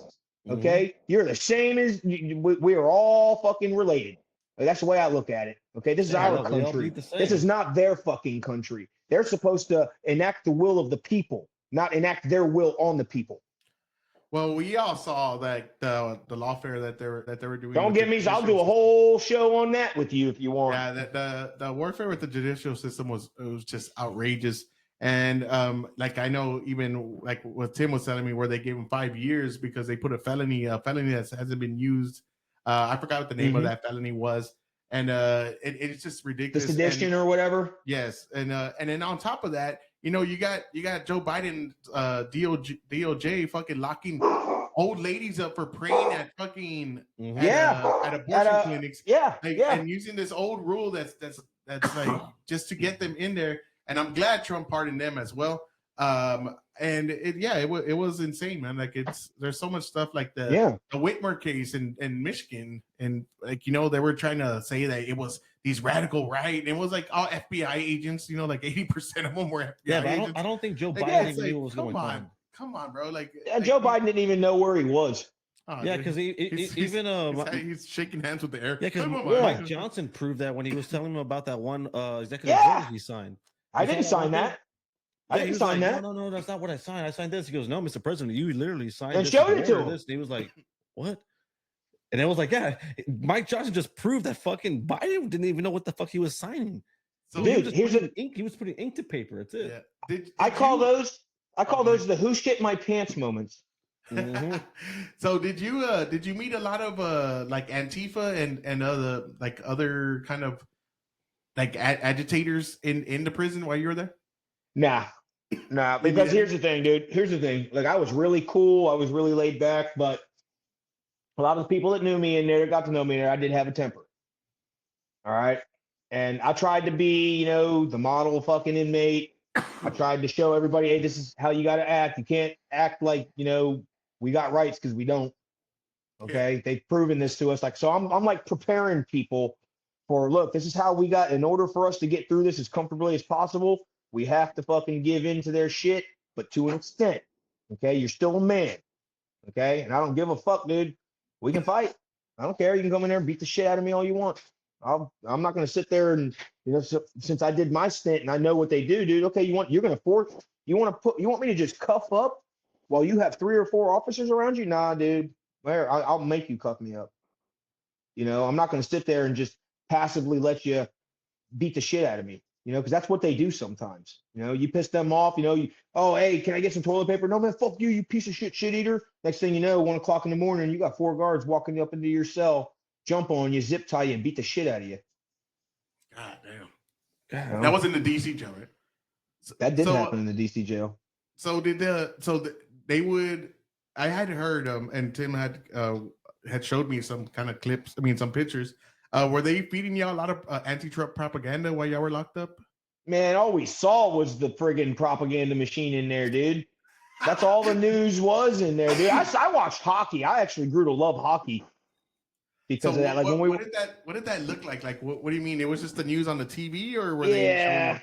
Oh no! I mean, they tell us and stuff, and then we had their tablets, and their tablets would feed us all that Politico fucking propaganda shit. That's what I was gonna say, yeah. And I was just like, you know what, fuck this, you know. And anytime I saw NHL when I was out of my cell, I saw hockey on. I'd either watch funny videos or hockey, or ice red chuckers. I didn't even care about the news anymore because they, you know, in the end of the day, when we're in our cell, the officers would put on the news, and that's all you fucking heard was all their bullshit.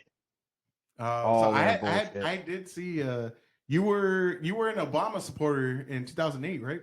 Dude, I voted for Obama in 2008. Fucking biggest mistake I ever made, dude. And I believe that motherfucker too. Hey, let me tell you what. I want to say I voted for him in 2008 too.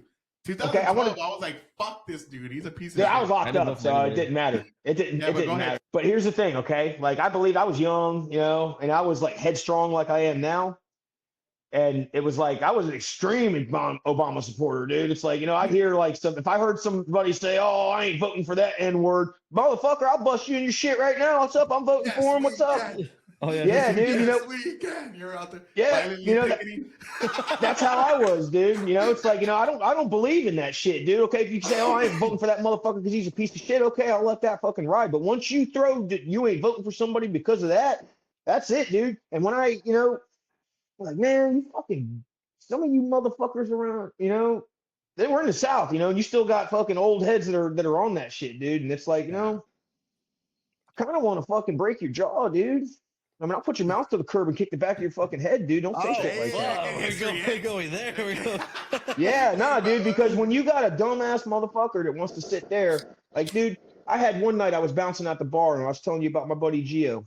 Black man, fucking serving the United States Army. Fucking veteran, man. That's my brother to the fullest.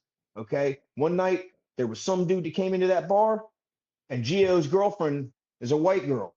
Okay. And this dude started talking some hellish shit about my good friend and thought because I had these tattoos on that I was on his side. Okay. So guess what? I baited Buddy into going outside. I said, yeah, what are you talking about? Who is it? And he started telling me. And I said, all right, man, well, I'm going to go get my brother real quick. And we're going to go take care of this. I went in there. I'm like, yo, Gio, this dude's out here talking some hellish shit about you and your old lady, bro. I said, you want to go handle it with me? And he's like, all right, let's go. And dude, I walk out there and I walk right up to the dude. And I'm like, yo, man, I got my brother right here. Tell him exactly what you told me. And he turned around and he looked at him. And dude, he turned 3 shades fucking white, dude. And me and Gio are just standing there. I'm like, go ahead, tell him what you just told me. You guys like, can I go? I said, it's probably the best thing for you to do right now. Get the fuck off this property and don't ever come back. So I do have a question for you. Have you thought of covering those up, or is this kind of like that? Because I'm going to say, like, for myself, I have tattoos that I had before. They're not like anything. Like I have one here, actually. It was, I still, like, I keep it just because it's like, that was a time in my life that I want to remember, you know what I'm saying? And I'm wondering, see, I look at it. I look at it like this, okay? I look at it that way, and I also look at it like this, okay? It's not like I can just get my tattoos with soups and fucking honey buns anymore. You know, I got my whole back tattooed. I got my whole chest tattooed. I got my arms done. And I'm trying, my phone's about to go dead. I got my arms done, and I got less than $500 in most of my tattoos. So out here, it costs at least $1,000 to get my shit covered. And right now, I just way more than that. Or maybe more. It might even be more now. Yeah. You know, and it's like I just don't have the disposable income, and I'm very picky about the people that I let. You got to be a good artist, dude. And I'm talking in prison. I had phenomenal art. I paid the highest price. Okay, who's the best artist on this? Okay. Oh, you're the best one. Let me see your work. Look out. All right, man. You're gonna run until I go home. And that's it. Gotcha. Yeah, your whole back. I do have a question for you.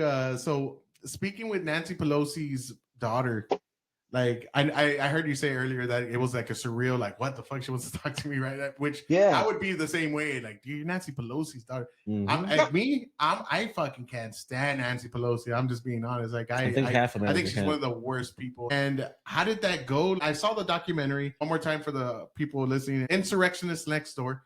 Insurrectionist Next Door. She did seem like she tried to kind of bait people. Like, you're still voting for him. So what was she like? Like, was she different on camera and off camera, or was she the same and she was just a good person to you, or what was one thing that you liked about her? Well, here's the thing, because I've watched the whole Insurrectionist Next Door, and I met her. She spent 9 hours with me and my wife interviewing me. Okay. And then she flew back down here for a second interview for a catch up. Okay. And I told her, I said, look, I said, I know you know, I'm the enemy, whatever. Your mom don't like people like me. I don't like her, whatever. But I told her, I said, I'm not going to hold none of that against you. In fact, I'm going to be respectful and everything. You know, I want to get to know you because I don't know you as a person. Yeah. So I said, So I said, you know, just because, you know, I may not like your mom doesn't mean that I'm not going to like you. And we got to talking.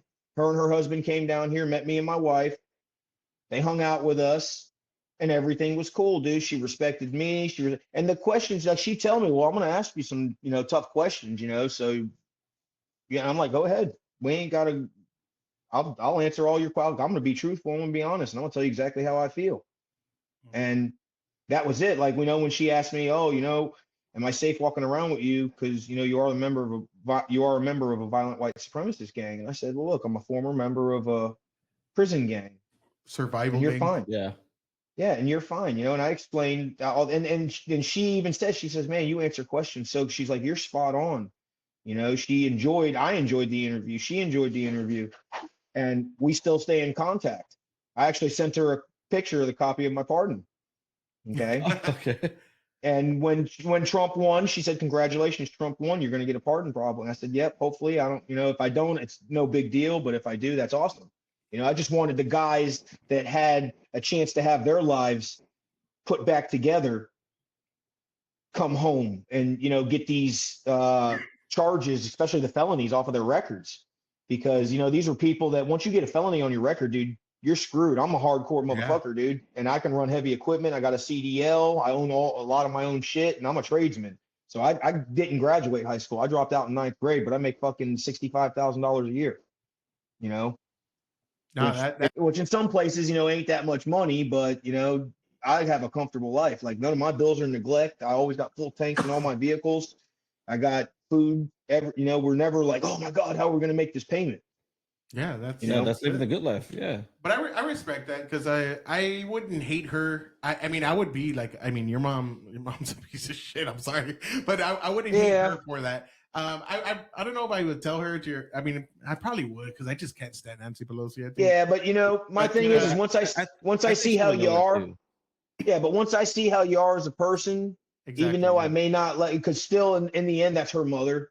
Yes. And regardless, you can't choose your parents. So even though, you know, and I have nothing to say about anything, you know, I keep those things to myself because I look at her now.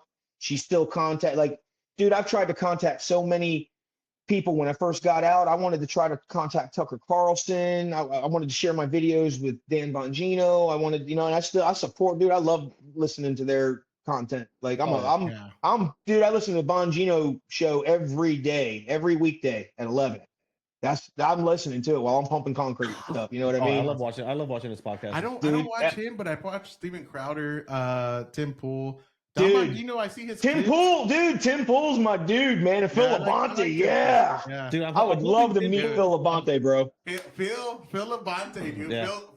That's my hero, bro.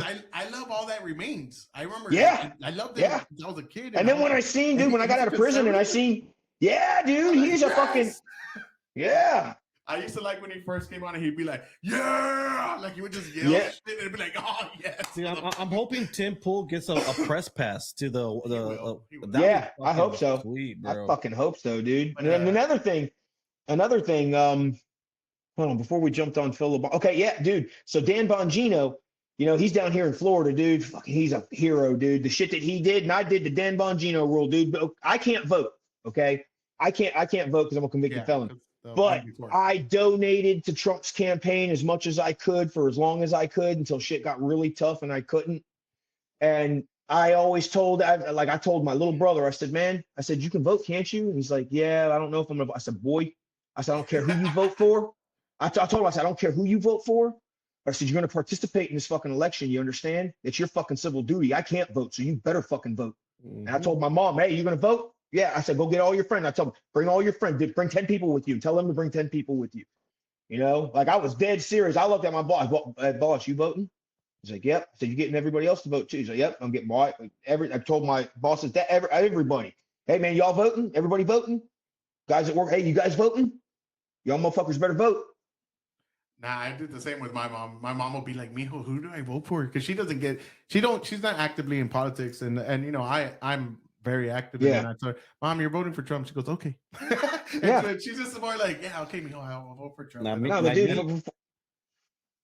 Go ahead. Me and a bunch of guys at work who are like into politics, we were trying to round up a lot of the, or not round up, but tell all the young guys like, hey, get out there and vote. You know, like this is the time we need a vote. And a lot of these young guys are like, oh, I just don't vote because I don't care for politics. Like, no, you will. I was like, you're in your late 20s. You're about to buy a house. It's gonna affect a lot of this fucking shit. You have no idea how much voting affects your life. I was like, once you start having priorities, responsibilities, and responsibilities above that, and having kids, like, no, dude, you need to vote. Get out there now. Especially fucking. Like, I don't give a fuck who you vote for. Vote for who the fuck you want. Just get out there and put your fucking and vote. At least participate. For real, dude. Yeah. For real. Okay. Tim was trying to take kids away from families. I love that shit, dude. That motherfucker is such a cuck, dude. It's like, man. Oh, dude, I was embarrassed for him. I know. Hey, but I'm not gonna lie though. Hold on, what was this all about? Yeah, dude, right? He was fucking weird. Fucking eyes were gonna bug out. Hey, bro, but his wife was the same way. No, but Tampon Tim did way better than Kamala Harris. Yeah, he did. He was more likable. No, but it's not even that. It's like he at least went. I liked him. I liked Tampon Tim, dude. Even though he's an idiot, I liked him. I didn't like him like I'd vote for him or anything. I liked him because he was just a klutzy fucking idiot. You know what I mean? He was like an IRL SNL skit. Like, you remember? In real life all the time. You remember his wife? Turn the page. Turn the page. It's like somebody slapped that bitch. It's like those two were like a match in heaven right there. Like they were just meant for each other to be weirdos. I looked at it like, dude, and you know what? I'm not gonna lie. I am not gonna lie. When I saw Joe Biden wear that fucking Trump hat, I was like, there you go, Joe. There you go. I bet you that motherfucker voted for Trump. A Republican. Oh, bro. I bet you they did. I bet you both of them did. I bet you both of them did. Well, Jill wore the whole red suit. Yeah. Voting day. I'm like, yeah, that was a kick in the balls to the fucking Democrat. Did you see the way she was looking at Trump when he was speaking? Oh, she wanted to suck that cock, bro. Dude, you knew that. She was over there fucking. She was eye fucking the shit out of his. She like put extra gloss on her. Hey, what was up with that shit with Ilhan Omar eyeballing Matt Gaetz like a fucking? Remember that shit? Omar, like that bitch needs to get investigated for marrying her fucking brother. Oh, she needs to be fucking investigated. Or what's under that fucking thing that she wears on her head? And then did you see that they have a video of her now? They have a video of her now. Fucking giving advice to Somalis, illegal Somalis, on how to how to get out of deportation. Escape. Yeah, how to get out of deportation. Like, oh, what a piece of shit. Isn't that like kind of like harboring? Yeah, I know. Like our law, okay, this is the one thing I want to say. Our lawmakers are giving advice on how to break the law, and that's how you know our fucking whole government is rotten to the core. And I love it. And it was like the party of illegal aliens, right? And young people, because remember, they wanted to fucking get the age at 16, the Democrats. Yeah. They were pushing for that. All of a sudden, I remember. They were pushing for Puerto Rico and fucking DC to become states too. And all of a sudden now they're the party of Elon Musk is an immigrant. So now they're the party of I hate immigrants and he's African people, and I hate young people. I was like, what? But Elon Musk is South African. I know he. Yeah, he even said in an interview they were like, are you trying to be the president? He was like, oh, actually I can't because I'm African.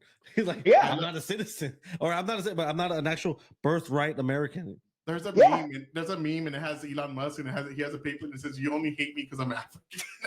Yeah, exactly. Yeah, dude. It's like people. But here's my thing. Okay, now on the January 6th shit. Okay, people need to understand. When I got locked up, this was my January 6th story. Okay, my experience. Okay, I had experienced the Obama era. Okay, which was a mistake, and I admit that. Okay, and it had nothing to do with the man's fucking. He was fucking terrible. He destroyed this fucking country. Bush fucking was bad, and then fucking he came in and fucked it up even worse. Okay, now I was in prison when Trump got elected in 2016, and I had an inmate that I was really cool with in there who was my teacher because I was trying to get my GED while I was in there. And I ended up fucking not doing that, but whatever. But gang life.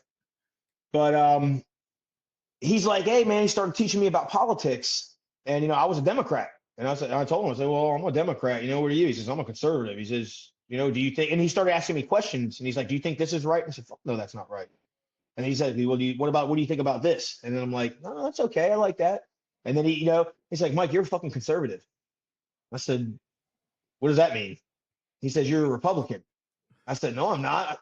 He's like, yes, you are. And I said, okay. So he started breaking it down, and I was like, oh shit, okay, I am a Republican. And then he showed me, he says, that the Republican Party was actually started after fucking Lincoln and ran for fucking the Emancipation Proclamation and all that? And I was like, no, I didn't know that. He says, well, the fucking Democrat Party is the fucking KKK. And I was like, really? And he started, I was like, holy shit.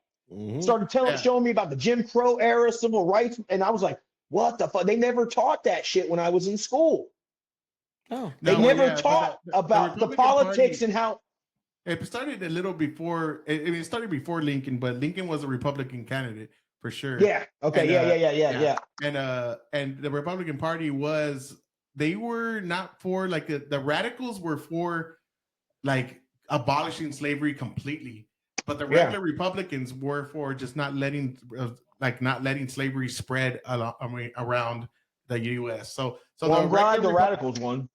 Yeah. So the regular Republicans were just like, hey, we don't want like we want the balance, right? They had the compromises and all that the 50-50. So we have the levels. Oh, basically how they are right now. The compromise of Missouri.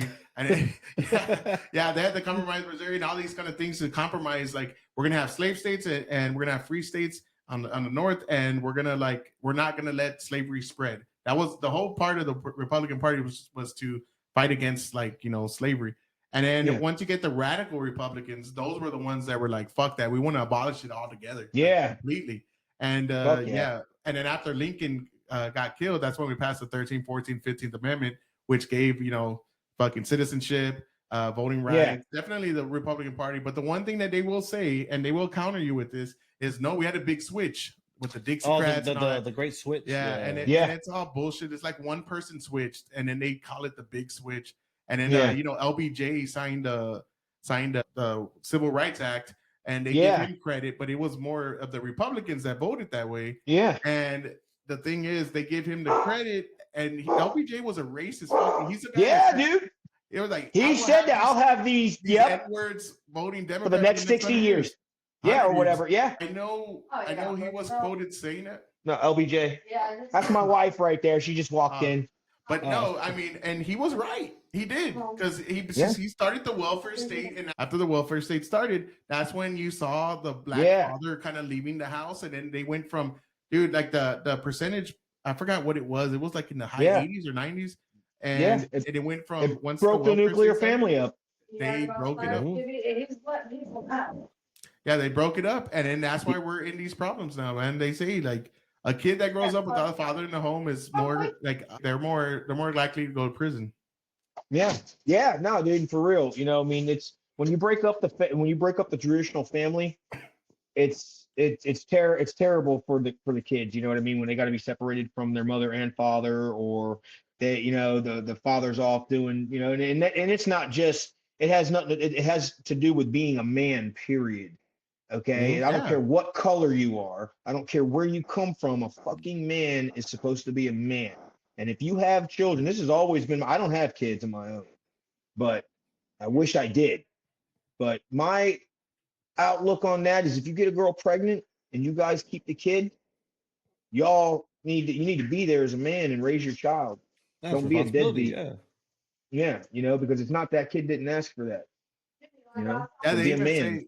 they even say like if a kid grows up with only a dad, their likelihood of going to prison is still shortened than if he grows up if they grow up with with just a mom. mother. Yeah. Yes. You mean used to do the same statistics I've seen. Yeah, and it's like because the kids and I think a kid needs a mama and dad because you need the dad to be the stern fucking figure and be like, like the way my kids act with me compared to my wife is way different. Like when I come home, they're like different. I'm like, hey, I don't play that shit. And my wife's very caring, like whatever they say they need, she'll be like, oh, okay, and she's running to go do it. And if they tell me something like, yeah, I'm fucking doing something, wait, wait up, and then they'll kind of like, okay. And if I tell my wife, bro, if you like grow backbone because you cater to them too much, they wouldn't treat you like that. They don't treat her bad, or nothing, but there's certain things, and I'm like, bro, I wouldn't get away with that shit with me. Like we ain't doing that. Yeah, dude, that's like with my nephew, my young nephew. He was acting up with my sister, and I was like, Wyatt, you better be good. Uncle Michael will give you a pow pow. And then he told me, I'm talking 4 or 5 years old. This kid looked at me, and then he looked at my sister, and he disrespected her again. And I yoked him up, and I was fixing to give him a little smack on his fucking legs. And my sister even said, Uncle Michael's going to give you a pow pow. And then I went to go give him a little pow pow. And my sister's like, please don't. I don't hit them. And I'm like, Danielle, all right. Let me take care of this. you went because he's not my kid, and by you not disciplining your children, and that's why they walk all over you the way that they did.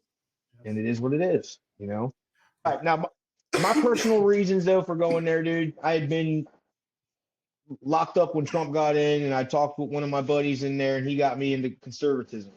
So then I started looking at what Trump was doing. I said, all right, I still got 3 more years, so let's see what happens. So I had gotten out in February 7th, 2019. All right, I had nothing at all. Okay, within 1 year under Trump's friggin' economy, I was able to acquire a pickup truck, a bunch of tools, a second vehicle, and a motorcycle, and my own place, all within 1 year of me getting out. But nothing. The economy was great. The economy was great. Yeah, dude, I did mobile mechanic work, dude, and I was making a killing. Okay. Then the pandemic hit, and then the money dried up, and I was living day to day. Okay. So I was on the verge of losing all my shit anyways. And one of my buddies, he's like, hey, Mike, I'm going up to DC for the January 6th protests. Does you want to go? And I looked at my life, dude, and I was like, you know what, man, what am I going to lose? I'm going to lose my place anyway. So I took that $600 stimulus check, and I went up to DC. And we went up there. We fucking protested. Shit got real. I got arrested. And you know what? Fucking no regrets. No nothing, dude. I did nothing wrong. And I believe that a lot of people that were there that got in trouble did nothing wrong, including some of the ones that fought with the cops, because you cops know that you were breaking the law and you were doing the wrong that day. You should have been side by side with us. You should have been our brothers. You should have said, hey, you know what? United States government's fucking you guys over. Here they are right there. You should have pointed each and every one of them motherfuckers out. All of you Capitol Police officers, all you law enforcement that were there for the right reasons, because, you wanted, you know who you are. The ones that told us that we were allowed to be in there, the ones that told us, hey, you know what, you guys have every right to do this. I commend you. But each and every one of you that followed illegal orders to attack us, each and every one of you should fill a cell that a friggin' J6er got out of. Everybody, Adam Schiff, Chuck Schumer, the whole J6 commission, every single one of you motherfuckers. Mm-hmm. Unfortunately, they got pardoned like a bunch of bitches. Yeah, I'm saying, but they should have. They're going to investigate the pardons, they said. But I do have a question. Like, so when you got arrested because you did get arrested there, right? Like, was it just you were just walking and they said come here, or was it like a tackle, or what was it like? What it was that they had tackled a dude that was in front of me, so I pulled my phone out. There was like 6 cops on this dude, and I was trying to get some video and pictures. I ended up getting a picture, and then this small cop came up to me and he like acted like he wanted to fucking take me down, but you know, dude, I'm 6 foot and I'm 200 and right now I'm 240 pounds. And at that time I was 6 foot and 220 pounds. So I'm not a small dude.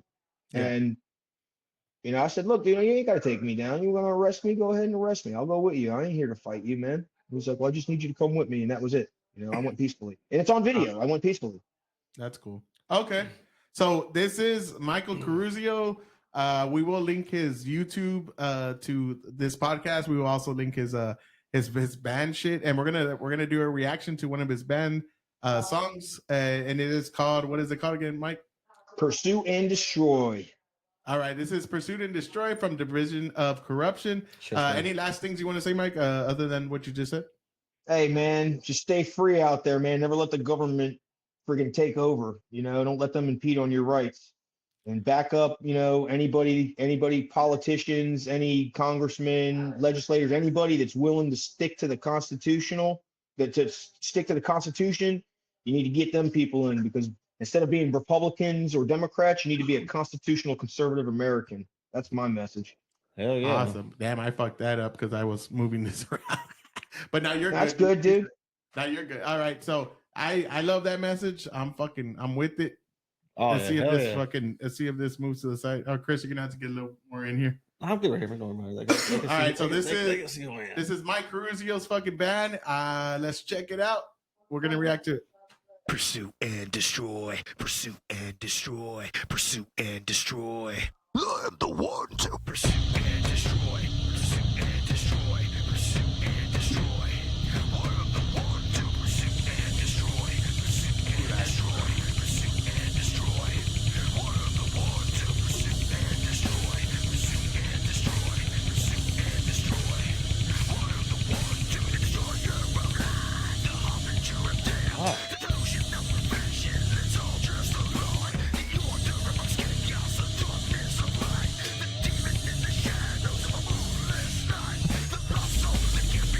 There we go. Good.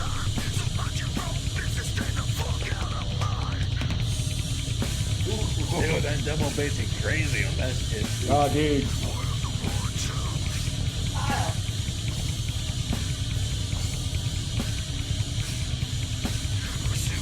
All right, that fucking dude, that beat is bad though. I gotta give it that. This is the first time we're doing a reaction with somebody that actually made the song, so it's kind of weird. Dude, and bro, I'm huge on like the bass and drums. I used to be a percussionist back in the day. I've lost it all, but dude, I love double bass. I like the voice too. Is that you singing? Yeah, that's me. I'm the vocalist. Okay, I like the whole thing about it, man. But yeah, when you hear the, you said the drummer was a beast, though, right? Oh, dude, Justin Hyder, man, I'm so glad when I got out and I got a hold of him, and he's like, no, I'm not with my old band anymore. I'm like, oh, dude, I'm so sorry to hear that, bro. Hey, man, a favor. So you know what I mean? I want to be honest. I heard this song already once. So Chris this is first time. my first time. I fucking know a little bit of it already. So I'm getting a little chub right now. Let's get forward. Let's go forward.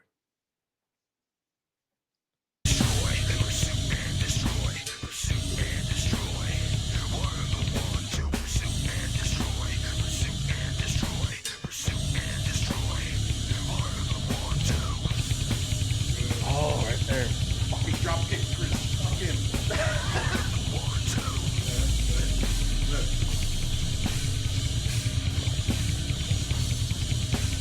Let's start a riot, let's start a war.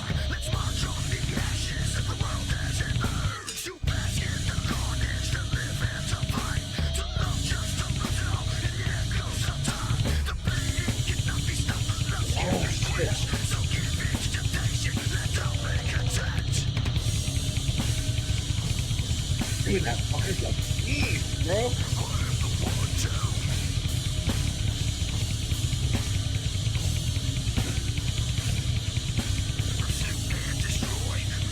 The third verse is the sickest.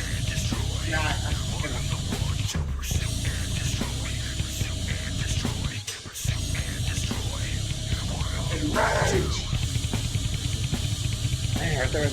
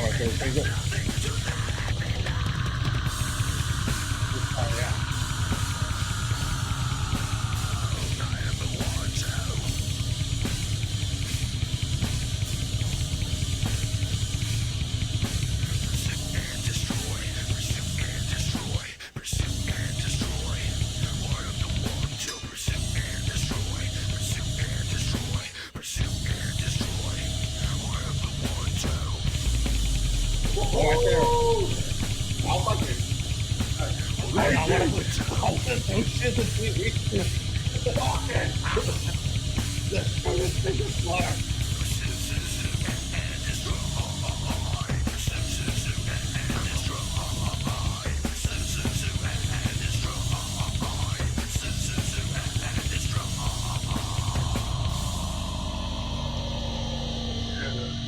Damn, Mike, that shit was good, bro. I forgot about that part. I forgot about that fucking gunshot. Yeah. You want to hear the story about that song? I was just about to ask. Tell us, because we do some reaction videos. You should check them out. Hit the stuff, sure. And, Hell yeah. And I've never done it with somebody that we know who's making the music, so I would love to hear the story behind that for sure. Well, first of all, I got to give a shout out to my guys. Justin Hyder on drums, fucking badass, dude.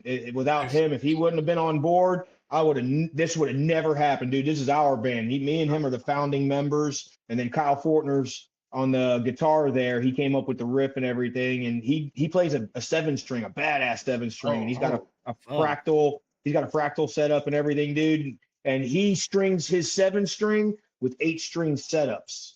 You know, with 8-string strings. He uses the strings from an 8-string pack, so he gets that deep tone in there.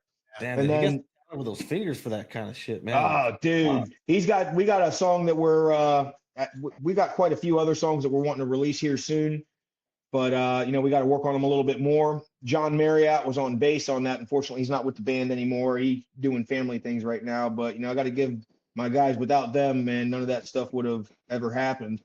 And believe it or not, all of my songs that you hear, I wrote while I was incarcerated.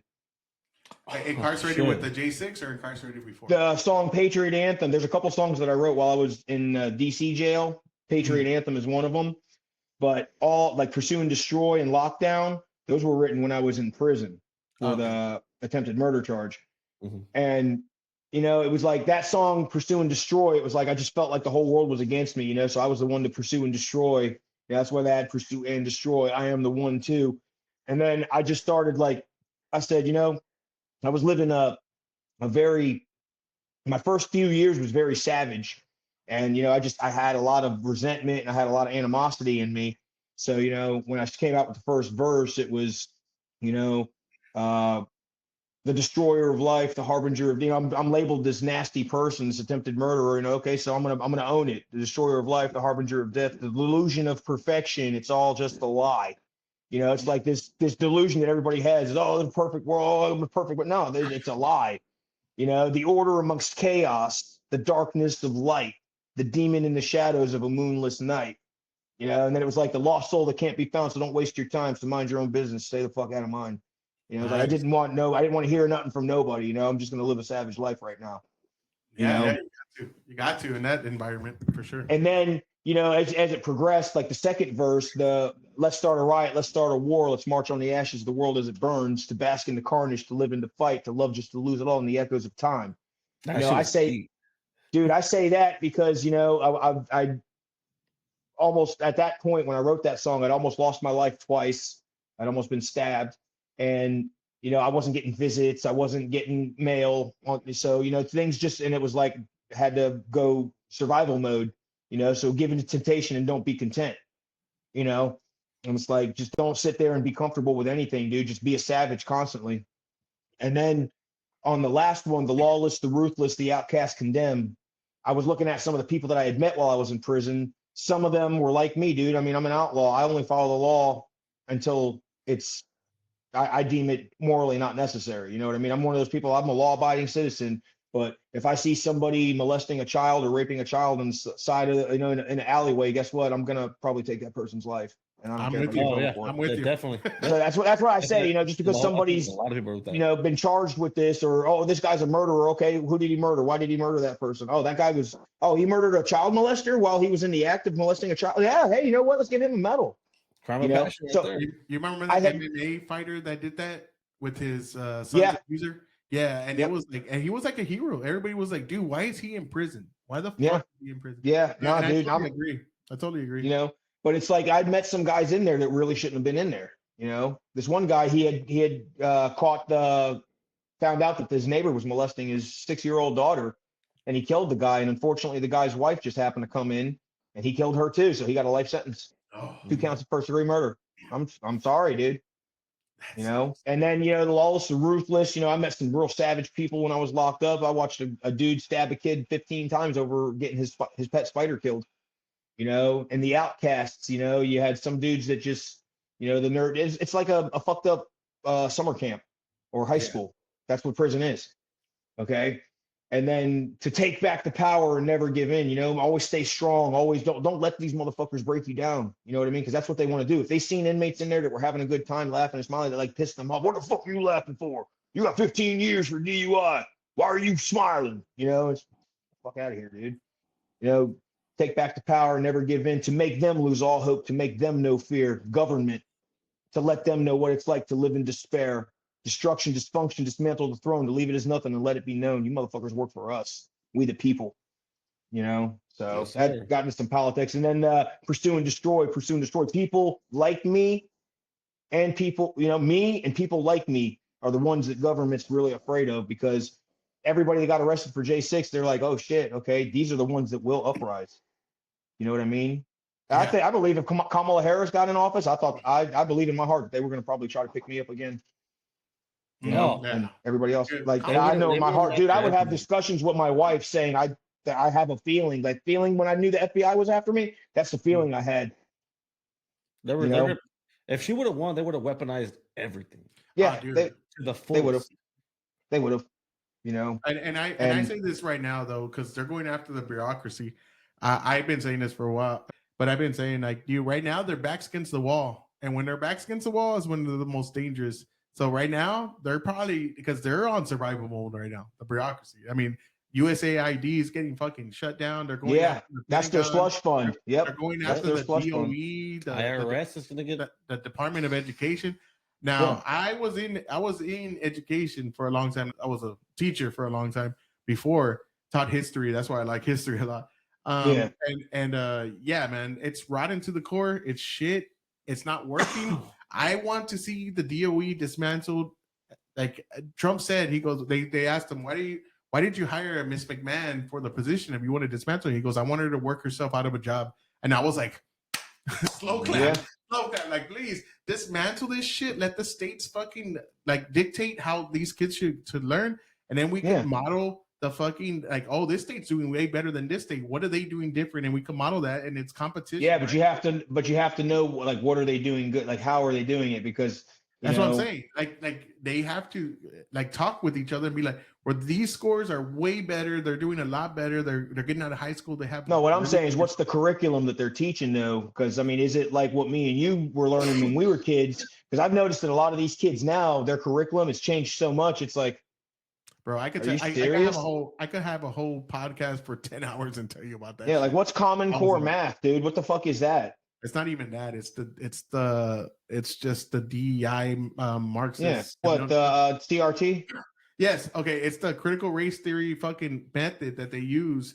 And when I was teaching, I remember this one day they had showed me a lesson, and it was oppressors, oppressees. And it was like, and oppressors, it said white people. And it said oppressees, it says POC, people of color. And they were like, I said, I'm not going to teach that. And they're like, no, where you got to teach it. Cause like we're talking about like oppression and all this kind of stuff. I was like, I'm not teaching that.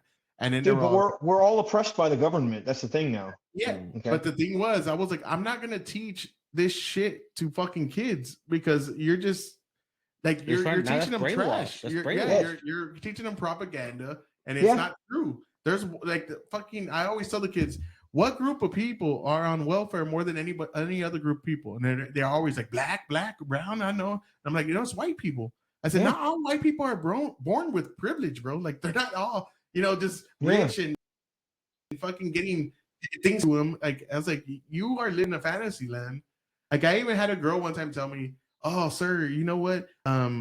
It's different because men don't pay taxes like the women. And I said, what? And I swear to God. And she was told by a teacher that men pay a different tax and it's less than women. And I was like, I was like, I don't even know what to tell you. Like, I was like, you're just fucking retard alert. Fucking Mr. Garrison, retard. Dude, but I've said this I've said this to several people. You ever seen that movie Idiocracy? Oh yeah. Oh, bro. Love I mean, it. we Love it. live in it. What do you mean? That's yeah. It's like You know that the movie story- came out how long ago? But you know the story behind Idiocracy, So right? that's retarded. Do you know the story behind Idiocracy with the shoes? With the shoes? You never heard the story? No. No. Okay, so this is a true story, right? You know, Mike Judge did Idiocracy, the one that did King of the Yeah. Hill and Beavis and Butthead and all that. Yeah. So what he did was they wanted them to look as stupid as fucking possible. Like they wanted the people to look as dumb as possible, right? There was a new They went to the future and they saw fucking California. So what they did was there was this startup company and it was a shoe company. And what shoe was that everybody wears in today's world? Skechers. Nike? Crocs. Crocs. So okay, so check this out. Like if you don't know this, you should fucking go look it up. So what they did was they went to this startup company and they're like, these are the most fucking stupidest shoes I've ever seen in my entire life. Look how stupid they look. He said, fuck it, I'm gonna get all those. Give me a bunch of those. And I'm gonna put every actor and actress in those shoes. So in the movie Idiocracy, they're all wearing Crocs. They're all wearing Crocs. Yeah, you're fucking tired. They're actual Crocs too. Now check this out. He said, I'm going to put them in the dumbest fucking shoes possible so they look silly. So if you look at Luke Wilson and everybody, right, they're wearing Crocs and they're running around in Crocs. And then what happened was Crocs became the most fucking popular shoe in the planet after that. And Florida DOC, that's all you get. Yes. Okay. Yeah. When I was in there in jail, at least, they used to just give us these little slippers. The slides. The slides. And so when they're talking about Idiocracy, they're like, we're literally living in Idiocracy because everybody's wearing Crocs and they're all. Hey, I gotta admit though, they are comfortable. They are comfortable. Oh, shit, but that is the story behind Idiocracy, by the way. Wow. I heard about it. Yeah, and they used the toilet water, the water for toilets. Dude, I was getting ready for us to get that way. I was like, okay, yeah. And when you remember Idiocracy, remember he's in his little fucking TV and it's just little shorts. It's just shorts. He's just looking at it. He's like, and he's eating. Yeah. And he's in Crocs, watching shorts on the TV TikTok and laughing like a fucking idiot. And it's like, bro, we are living Idiocracy. Like it was not a movie. It was a documentary. It was, dude. And Mike Judge is our modern day Nostradamus. Yeah, dude. But anyways, Mike, bro, I fucking, hey man, I appreciate you taking time. I really hope, because when new shit comes up, I hope you can take some time and fucking come back, or we could go on your podcast. Yeah. I would love to go on your podcast, bro, and talk shit, about anything going on. I don't, dude. I don't even have that. I just do, I can do like videos and maybe upload them that way, but I ain't got nothing like. Until my stars really align, I'm a 9 to 5 construction worker. I work 60 plus hours a week. Well, shit, Mike, whenever you want a platform, we're here, brother. Reach out to us. Hell yeah, dude. And you guys, Texas, man, is a big rock scene too, man. Try to, push some of my shit, man. Dude, bro, send us. I mean, I'm gonna get into your music, bro, because I love that one. I'm gonna spread the word because I have a bunch of metalheads that I work with, man. So I'll spread the word for you, man. So send me your emails and I'll send you some of the shit that we ain't got released, the MP3s, bro. Okay. Oh, hell yeah. Okay. We can definitely do that. I think it's a fucking good song. Yeah. And anytime you want to come on, let me know. We'd be more than happy to have you here. Hell yeah, dude. We can talk about fucking all kinds of shit, dude, because I still stick heavy into fucking politics, dude. And I want people to know this too, okay? They want to talk all this shit about, the MAGA movement. That's Trump's your god. Nah, dude, Trump's the right guy, because I want people to understand this. I'm a Trump supporter. I'm a diehard Trump supporter. But goddamn it, if that man ever fucking started doing some shit that he wasn't supposed to do and started really fucking this country up, people like us would be the ones to call it out and say, get the fuck on. Yes, I'm dead serious. That's the thing. We're not a cult, because like when Trump was giving those stimulus checks, I was the first one talking shit. This is stupid. Yeah. Like, give it to the people that need it, not to everybody. And like, with the whole Gaza thing right now, where Trump was talking about, I was like, oh, bro, I'm not a fan of that at all, dude. Yeah. And the thing about conservatives, every time I talk to conservatives, we can voice when we disagree with something. Yeah. But on the other side of the aisle, they're like fucking just seals, like exactly. No, dude, America first. Take care of our people first, and then we will see. We will see if we might consider taking care of or helping anybody else. I totally but take care of us first. Fucking goddamn North Carolina should be taken care of. Hawaii should be taken care of. And as much as, you know, they're still our brothers and sisters and Americans, you know, the residents of California. Yeah. But have you seen that they already started construction on North Carolina right when Trump got elected? Right away. Good. They moved everyone. They were moving everything out. All the equipment came in. Yeah. Everything. And I'm the same way. I used to live in San Diego for about a year and a half. It was different. But this was like in 2005. That has to be like 2007. That was before the woke mind virus fucking took over, and it was fun, man. I loved it. It was beautiful. Nowadays, and it's like, bro, like y'all, if y'all don't vote Gavin Newsom out, then you're my god, you get you just deserve it at this point. That dude's a piece of shit. Yeah, like, I think what I think is everybody that has decency and it says enough is enough, like the conservatives in California, man, look, come on over here to Florida. Come on, just don't bring that bullshit with you.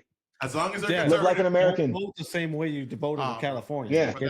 That's the fucking problem. We have a bunch of people in Texas. We have a bunch of Californians coming in here, and they're voting the same fucking shit. It's like you left for those fucking reasons, and you're gonna keep voting that fucking way. And and don't get me wrong, man. Like California out here is beautiful and everything, dude. But the way that it fucking like the cities and stuff like it, we see, and I see it from people that actually live in California. They're telling like, hey, man, don't believe the fucking bullshit that they're saying. This is what it's like, and they're going down and they're showing, hey, look, that's shit. That's human shit on the fucking floor.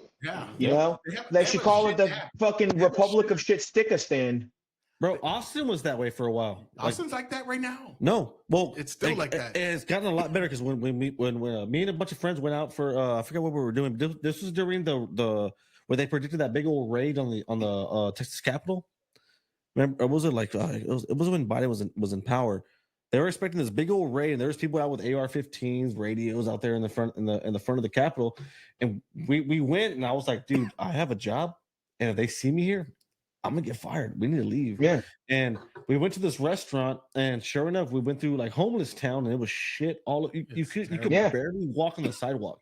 You had to like literally like stagger your steps or either walk on the street. That's how fucking bad it was. Dude, that's Democrats America. Yep.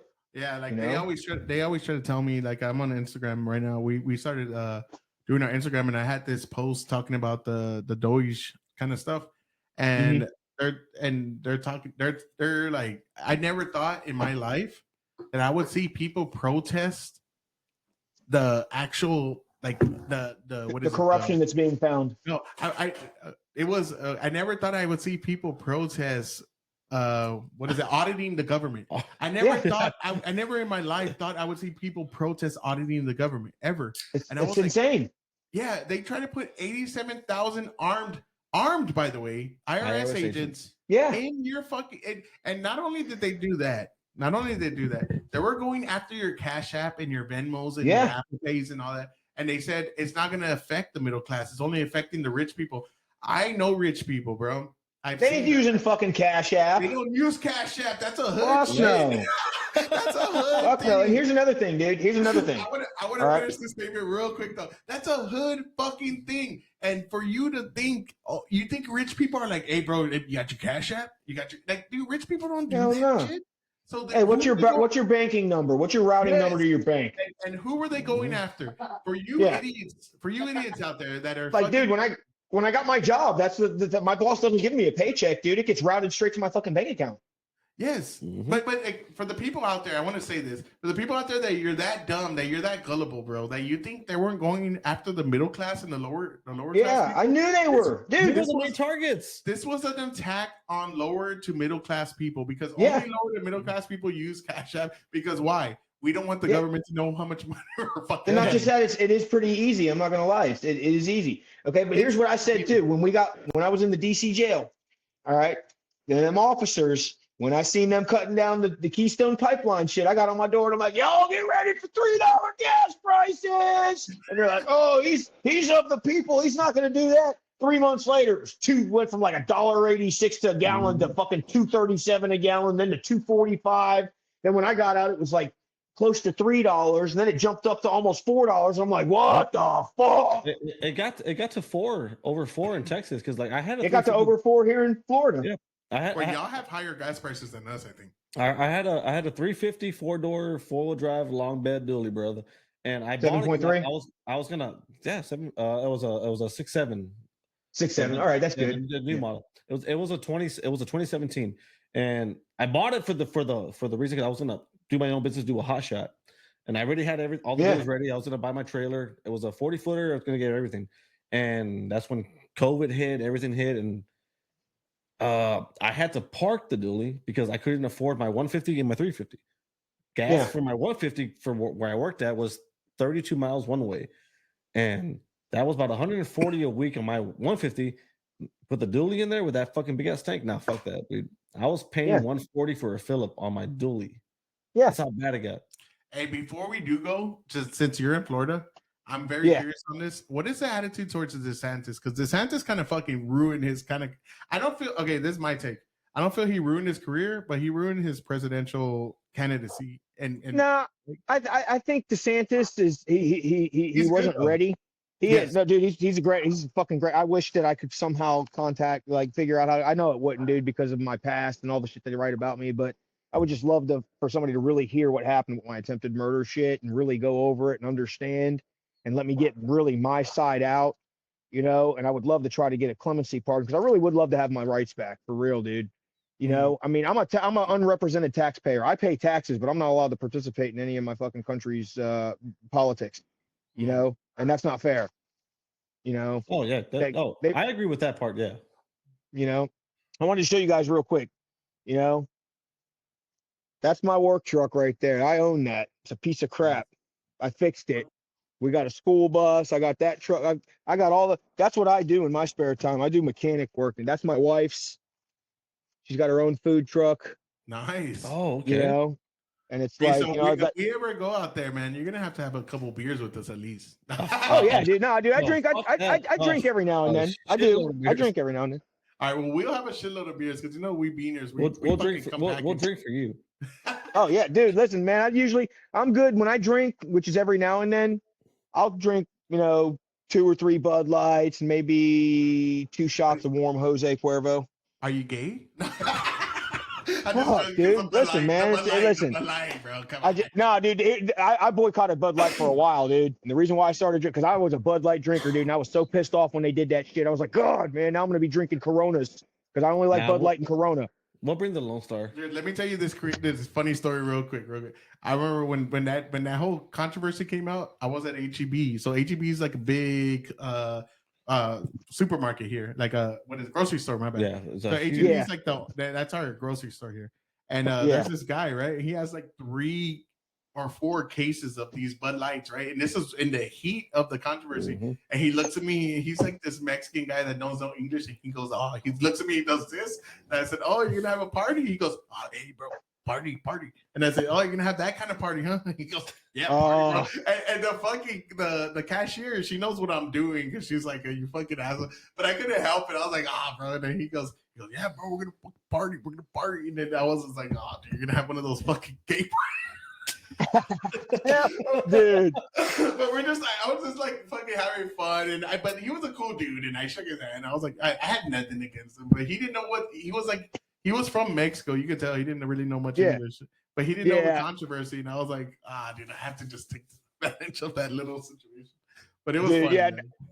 Nah, dude, I get into that like every now and then, like when I'm messing with my guys, my Mexican workers, they speak in like broken English sometimes, and I'll just look at them and I'll know what he said, and I'll just mess with him. Like my buddy David, one day he's like, I said something to him. I'm like, David, you hear me? He's like, I hit you. And I was like, what? And he says, I hit you. I said, what the fuck do you hate me for, dude? What I do to you? He says, no, I hit you. I'm like, what? You heard me? He's like, yes. Now you're repeating it again? You know what makes me mad with like hardcore Mexicans when they say pizza? Yeah, pizza, yeah. And I'm like, what the fuck is pizza? There's no fucking X in pizza, motherfucker. And dude, I used to have I this, love fucking with my guys. Dude, You know, but it's all in fun. It's all in fun, though. That's what people got to understand. Like, I did a video where I was like, oh, that's racist. It's like, no, it's not. It's us fucking jiving each other. They call me a gringo fucking puto fucking, you know, all that shit all the time. I don't give a fuck. No, but you make fun of cultures because you respect and love those cultures. Like I'm married to a Japanese woman. I make fun of Japanese bad. He does. My kids are half Japanese. My son was born in Japan. I used to live out there for like almost 6 years. I fucking love Japanese people. So I love them so much. I make fun of them because it's funny to me. Like I just, and the thing is, like, you only make fun of, and it comes off, right? Like when you are doing a comedy show or anything that is, you make fun of people that you respect and love. You don't make fun of people you hate. Like dude, if I don't like you, I'm not going to talk to you.